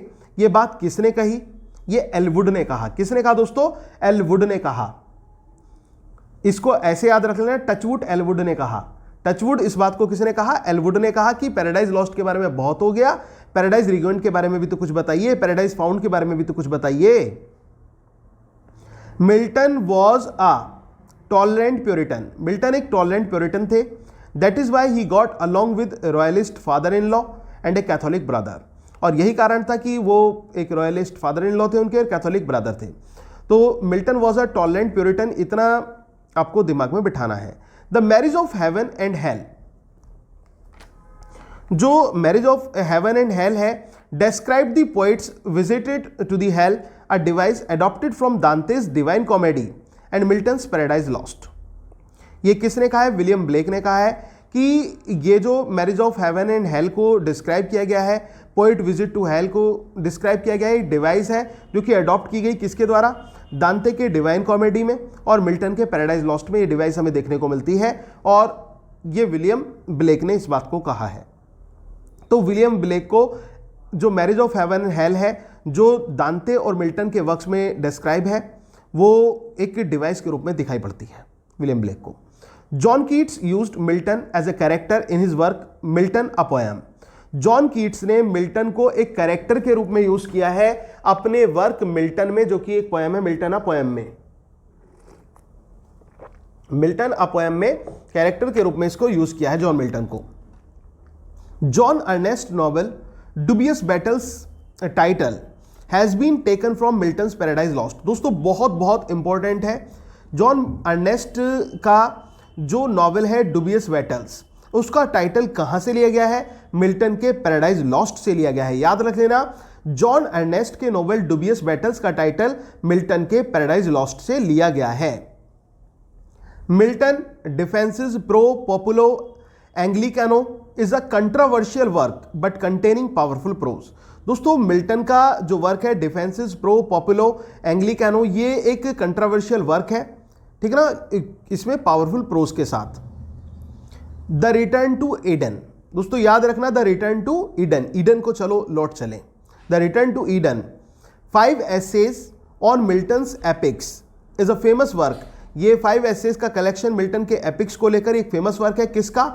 नॉर्थरोप फ्राई का। नॉर्थरोप फ्राई का वर्क है return to Eden.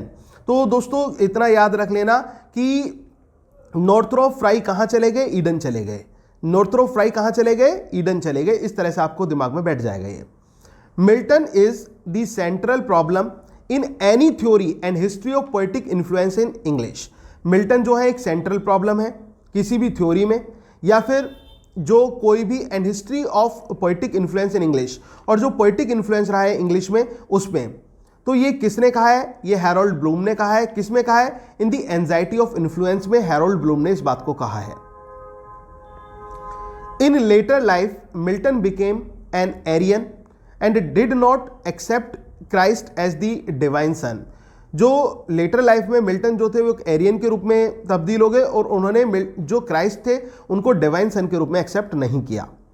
Tragedy as it was anciently composed hath been ever held the gravest moralist and the most profitable of all other poems। ये आपको किसके लिए वर्क है दोस्तों? ये मिल्टन के सैमसन अगोनिस्ट को लेकर ये बात कही गई। Tragedy as it was anciently composed hath been ever held the gravest moralist and most profitable of all the other poems। ये मिल्टन के सैमसन अगोनिस्ट को लेकर ये कमेंट है। Paradise Lost influenced Mary Shelley when she wrote her novel Frankenstein's. दोस्तों ये भी बहुत इंपॉर्टेंट है, जब मैरी शैली ने अपना नॉवल फ्रैंकस्टीन लिखा था तो वो किससे इन्फ्लुएंस थी? तो आपका आंसर होगा पैराडाइज लॉस्ट। किससे इन्फ्लुएंस थी मैरी शैली? पैराडाइज लॉस्ट से इन्फ्लुएंस थी। Epitaph on the admirable dramatic poet W Shakespeare यानी कि William Shakespeare is a poem by John Milton. Epitaph on the admirable dramatic poet William Shakespeare, ये poem है किसकी? John Milton की। In Milton Samson Agonistes there is an autobiographical touch. Milton represents himself as Samson who is betrayed by Delilah. जो Milton की poem Samson agonist है दोस्तों, इसमें हमें ऑटोबायोग्राफिकल टच देखने को मिलता है। मिल्टन जो है वो खुद को सैमसन के रूप में रिप्रेजेंट करते हैं जिसको डेलिला के द्वारा धोखा दिया गया। Milton's poetry is a mirror in which the writers character is very clearly reflected. Milton's की जो पोएट्री है वो एक मिरर है जिसमें लेखक का जो कैरेक्टर है वो बिल्कुल स्पष्ट रूप से दिखाई पड़ता है। इस बात को किसने कहा? मैकमिलन ने कहा। तो दोस्तों याद रख लेना, मैकमिलन को मिल्टन की पोएट्री एक दर्पण के समान लगती थी, इस तरह से याद रख लेना। जो जितने भी क्रिटिकल कमेंट्स आए हैं उसको मैंने आपको हिंदी में आसान करने की कोशिश की है कि छोटी सी हिंदी बना दी जाए उसकी, और उसमें आसान से तरीके में आप उसको दिमाग में बिठा लें। पूरा याद कर रखा है तो भाई बहुत ही बढ़िया बात है, माशाल्लाह। लेकिन अगर आपने पूरा याद नहीं हो पा रहा तो हिंदी में ट्रिक बना लीजिए, इट मेक्स नो डिफरेंस, ठीक है ना। तो आप इसको बाद में पूरा अच्छी तरह याद कर लेना, लेकिन फिलहाल आप टारगेट के बेस पर आप इसको तैयार कीजिए। लेकिन बीइंग अ गुड टीचर मैं आपको हमेशा सलाह देता हूं, और अभी थोड़ी देर पहले भी मैंने कहा था कि चीजों को पूरा दिमाग में जरूर बिठाना है। बच्चों को समझाने से पहले, शिक्षा देने से पहले आपको अपने को आपको पूरा तैयार करके जाना है दोस्तों। और इस बात की तो मुझे पूरी उम्मीद है कि थोड़ी सी मेहनत आपने सही दिशा में और जैसा मैं बता रहा हूं उस तरह से कर ली तो सफलता तो मिलकर रहनी ही है। निश्चित रूप से आप इस एग्जाम को क्रैक करेंगे और मुझे भी उस समय आप पर गर्व होगा कि आपने गोस्वामी क्लासेस का नाम रोशन किया, मेरा नाम रोशन किया। क्योंकि मेरी जो सफलता है दोस्तों आपकी सफलता में है। आप सफल होंगे तो मेरा नाम होगा और वही मुझे आपसे चाहिए, ठीक है ना। यही मेरी गुरु दक्षिणा है। तो और दूसरा, इस वीडियो को ज़्यादा से ज़्यादा आप अपने जो सर्किल है उसमें ज़रूर शेयर करें। जितने भी व्हाट्सएप और टेलीग्राम स्टडी ग्रुप्स हैं वहां पर शेयर करें ताकि सभी लोगों तक ये ज़्यादा से ज़्यादा पहुंच सके। The study of Milton could be of no help, it was only of hindrance.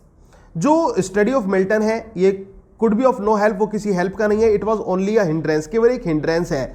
तो कुल मिलाकर, और हिंड्रेंस आप जानते हैं किसी से छुपना या लुक्का छुपी, तो आप याद रख लेना कि टीएस इलियट जो थे वो मिल्टन की स्टडी के साथ लुक्का छुपी खेलते थे, इस तरह से आप याद रख लेना। या फिर टीएस इलियट मिल्टन की स्टडी को हिंड्रेंस करते थे। In ode on morning of Christ nativity written at the age of 21 he celebrates the paganism, the end of paganism. किसको सेलिब्रेट करते हैं Milton? The end of paganism को इसमें celebrate करते हैं on the morning of Christ nativity में। And इसके बाद दोस्तों, in Samson Agonistes, Samson is an Israeli wrestler who is blind and much maligned. Samson कौन है? एक इजरायली रेसलर है। Miltonic verse can not be written but in an artful or rather artistic humor and Paradise Lost was a beautiful and grand curiosity। किसने कहा था? John Keats ने कहा था कि पैराडाइज लॉस्ट उनको ग्रैंड क्यूरियोसिटी का दिखाई पड़ता था, जॉन कीट्स को, मिल्टन का। When Milton was at Cambridge, he wrote Latin and Italian poems। जब मिल्टन कैम्ब्रिज में थे तो उन्होंने कैसी पोएम्स लिखी? उन्होंने लेटिन और इटालियन पोएम्स लिखी। याद रखना, कैसी पोएम्स लिखी दोस्तों? लेटिन और इटालियन पोएम्स उन्होंने लिखी थी जब वो कैम्ब्रिज में थे। Milton uses chorus in his closet drama Samson Agonistes. Milton जो है वो कॉरस का यूज करते हैं अपने क्लोजेट ड्रामा। कौन से क्लोजेट ड्रामा में? सैमसन एगोनिस्ट में। सैमसन एगोनिस्ट में मिल्टन जो है वो किसका यूज करते हैं? कॉरस का यूज करते हैं। Milton's L Allegro and Il Penseroso titles have been taken from Italian language. ये इटालियन लैंग्वेज से टाइटल लिए गए हैं। म्यूजिकोलॉजी इसका सोर्स है दोस्तों। William Blake saw himself as Milton's poetic son. William Blake ने खुद को मिल्टन के पोएटिकल सन के रूप में देखा। विलियम ब्लेक ने खुद को किस रूप में देखा? मिल्टन के पोएटिकल सन के रूप में विलियम ब्लेक ने खुद को देखा, क्योंकि वो इनको अपना एक तरह से गुरु और एक सोर्स ऑफ इंस्पिरेशन मानते थे। Paradise regained is a brief epic. Paradise regained जो है एक ब्रीफ एपिक है। ये किसने कहा? ये बारबारा के लेवेल्स्की ने कहा था, paradise regained is a brief epic. Samson agonist drones on the story of Samson from the Old testament. दोस्तों ये ड्रॉल्ड से लिखा हुआ है, गलत है। ये या तो आप इसको कर लीजिए taken from the story of Samson from the Old Testament, या फिर draws from the story of Samson from the Old Testament. ये ओल्ड टेस्टामेंट से जो सोर्स है इसका। Milton's epic verse lacked earnest feeling which was stiff and tortuous and was so inflexible that it discouraged imitation. तो कुल मिलाकर इतना याद रखना कि मिल्टन के एपिक वर्स ने इमिटेशन को डिस्करेज किया। किसके द्वारा? टी.एस. इलियट के द्वारा। टी.एस. इलियट इस बात को कहते हैं, टी.एस. इलियट के अनुसार मिल्टन के एपिक वर्स ने इमिटेशन को डिस्करेज किया। इस तरह से याद कर लेना। Thou constant touch the freedom of my mind, ये लाइन आपको कहां देखने को मिलती है दोस्तों? ये मिल्टन के कॉमस में देखने को मिलती है। और जो कि कॉमस कैसा वर्क है इनका? मिल्टन का जो ये वर्क है कॉमस, ये एक मास्क है। मिल्टन का कॉमस क्या है? एक मास्क है। और इस चीज पर भी ध्यान देना दोस्तों, यहां पर जो मैंने अभी आपको बताया, Samson Agonistes draws on the story of Samson from the Old Testament, ये जो स्टोरी है इसकी कहां से ली गई है? ये ओल्ड टेस्टामेंट से इसकी जो कहानी है वहां से ली गई है। और मिल्टन का जो एपिक है, ओके मैं करा चुका हूं, मिल्टन का जो एपिक है वो डिस्करेज करता है इमिटेशन को, ऐसा टी.एस. इलियट ने कहा। इस तरह से आप याद रख लेना। इसके बाद दोस्तों हम आते हैं thou constant touch the freedom of my mind. ये एक मास्क है। Accept Spenser as is master, Milton was also influenced by Fletcher. Milton Spenser को अपना मास्टर मानते थे। इसके अलावा दोस्तों मिल्टन फ्लेचर से भी इन्फ्लुएंस थे। याद रखना, स्पेंसर के अलावा मिल्टन किससे इन्फ्लुएंस थे? फ्लेचर से इन्फ्लुएंस्ड थे।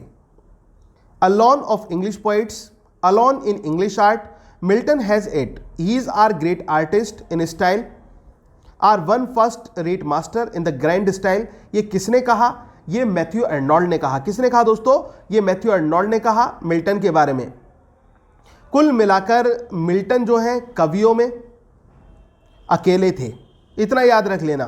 एलोन, ठीक है ना, एलोन ऑफ इंग्लिश पोइट्स, अंग्रेजी कवियों में अकेले एकमात्र कवि, जो श्रेष्ठ कवि हम कह सकते हैं, ग्रैंड स्टाइल के कवि, वो मिल्टन थे। तो अर्नोल्ड के अनुसार मिल्टन एकमात्र ग्रैंड स्टाइल के कवि थे इंग्लिश कवियों में, alone of English poets. Edmund Burke का ये वर्क है the beautiful and the Sublime, ठीक है ना, एडमंड बर्क का वर्क है the beautiful and the Sublime दोस्तों ये। और इसमें मिल्टन को भी क्रिटिसाइज में किया गया है। Shakespeare's passion is passion modified by passion, Milton's passion modified by contemplation. Shakespeare का जो पैशन है वो is passion modified by passion, वो पैशन से मॉडिफाइड होता है, जबकि मिल्टन का जो पैशन है वो मॉडिफाइड होता है कंटेम्पलेशन से। ये किसने कहा? हैजलिट ने कहा। Mister Milton is esteemed the present and author of blank verse among us. जो मिल्टन है वो esteem the parent and author of blank verse, ये पेरेंट एंड ऑथर है किसके? ब्लैंक वर्स के, हमारे बीच में। ये इजैक वॉट्स ने कहा है। किसने कहा है? इजैक वॉट्स ने। For evil news rides past while good news baits, ये कहां लाइन आपको देखने को मिलती है दोस्तों? ये लाइन आपको देखने को मिलेगी सैमसन एगोनिस्ट में। Had Milton been a man of very fewer senses, I mean of all the 5 senses, his blindness would not have mattered so much. तो यहां पर यह बात किसने कही? टी.एस. इलियट ने कहा कि मिल्टन की जो ब्लाइंडनेस है वो ज्यादा मैटर नहीं करती। टी.एस. इलियट के अकॉर्डिंग मिल्टन की ब्लाइंडनेस मैटर नहीं करती, इतना याद रख लेना। A good book is the precious life blood of a master spirit, embalmed and treasured up on the purpose of a life beyond life. ये मिल्टन के एरियोपैगिटिका में देखने को मिलेगी लाइंस। कहां देखने को मिलेगी? मिल्टन के एरियोपैगिटिका।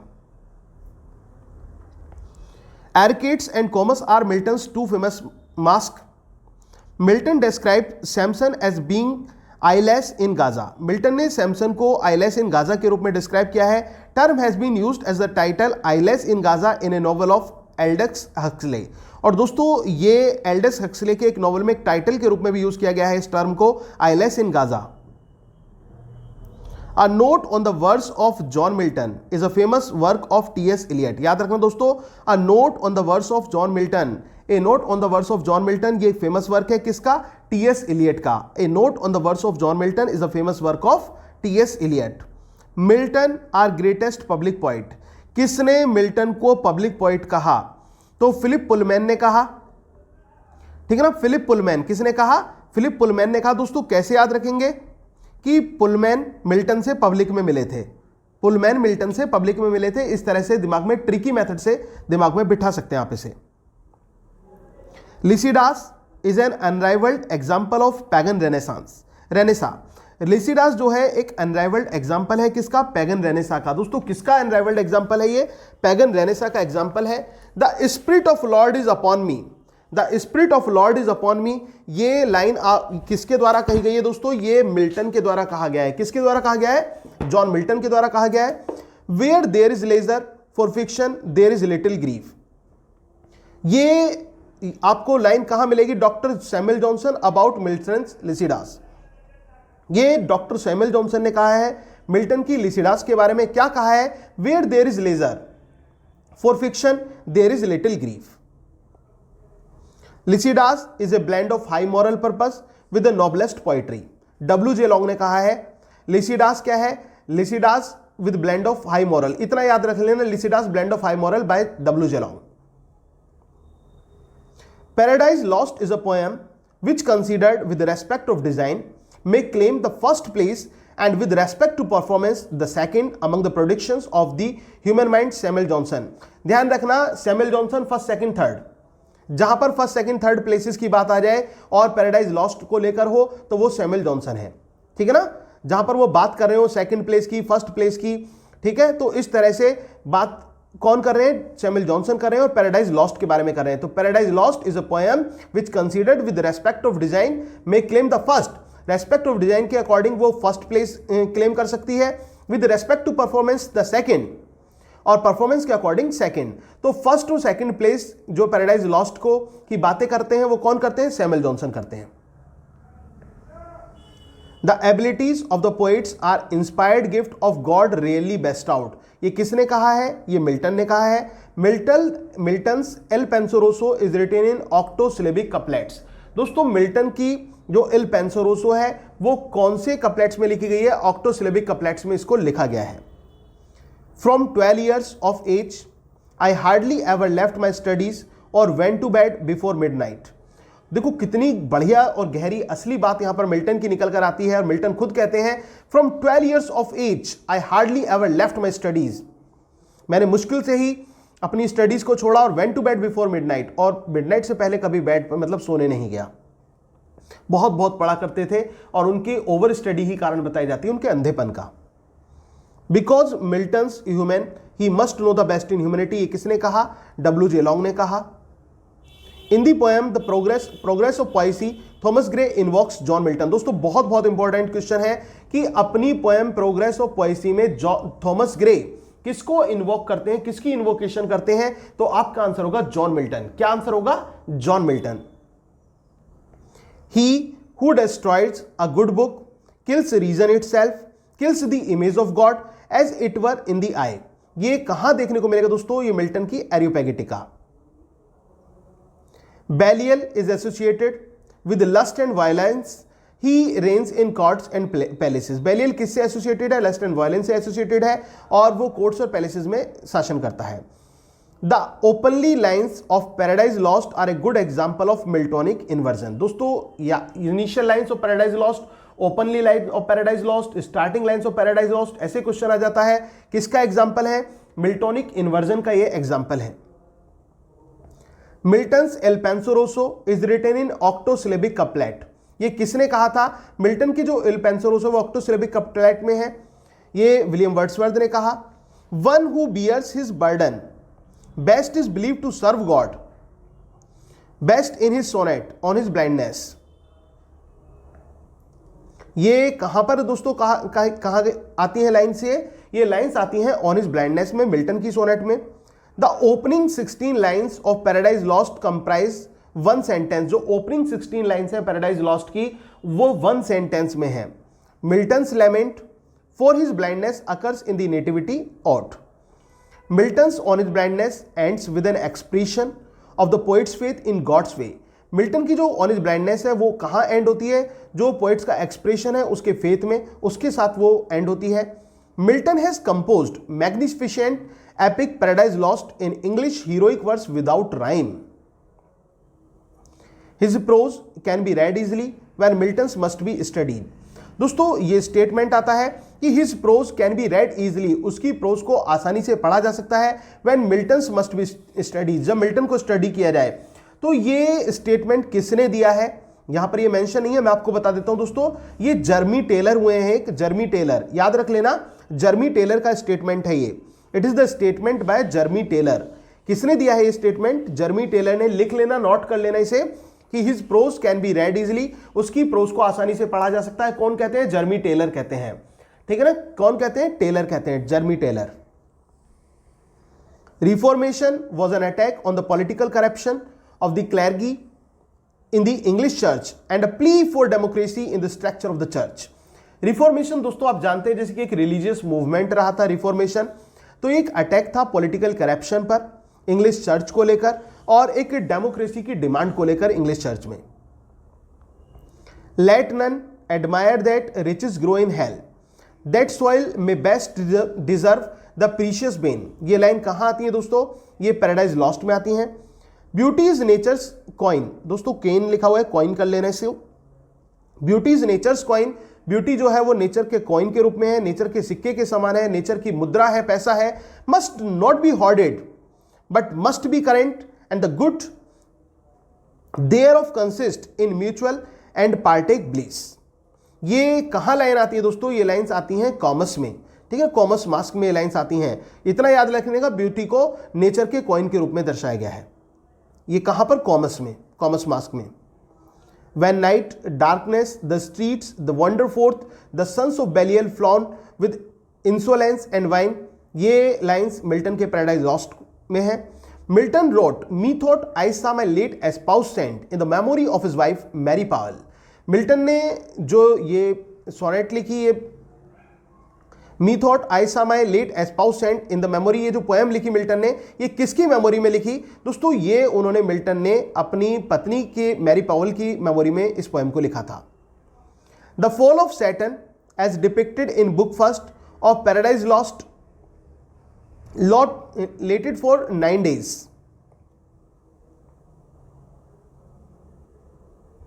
Paradise Lost is a Renaissance Protestant English epic. ये भी क्लियर होगा कि पैराडाइज लॉस्ट क्या है? रेनेसा प्रोटेस्टेंट इंग्लिश एपिक है। They also serve who only stand and wait in this line, they refers to those who patiently accept the degree of God. दोस्तों ये question आ जाता है इस लाइन में, दे क्या रेफर करता है?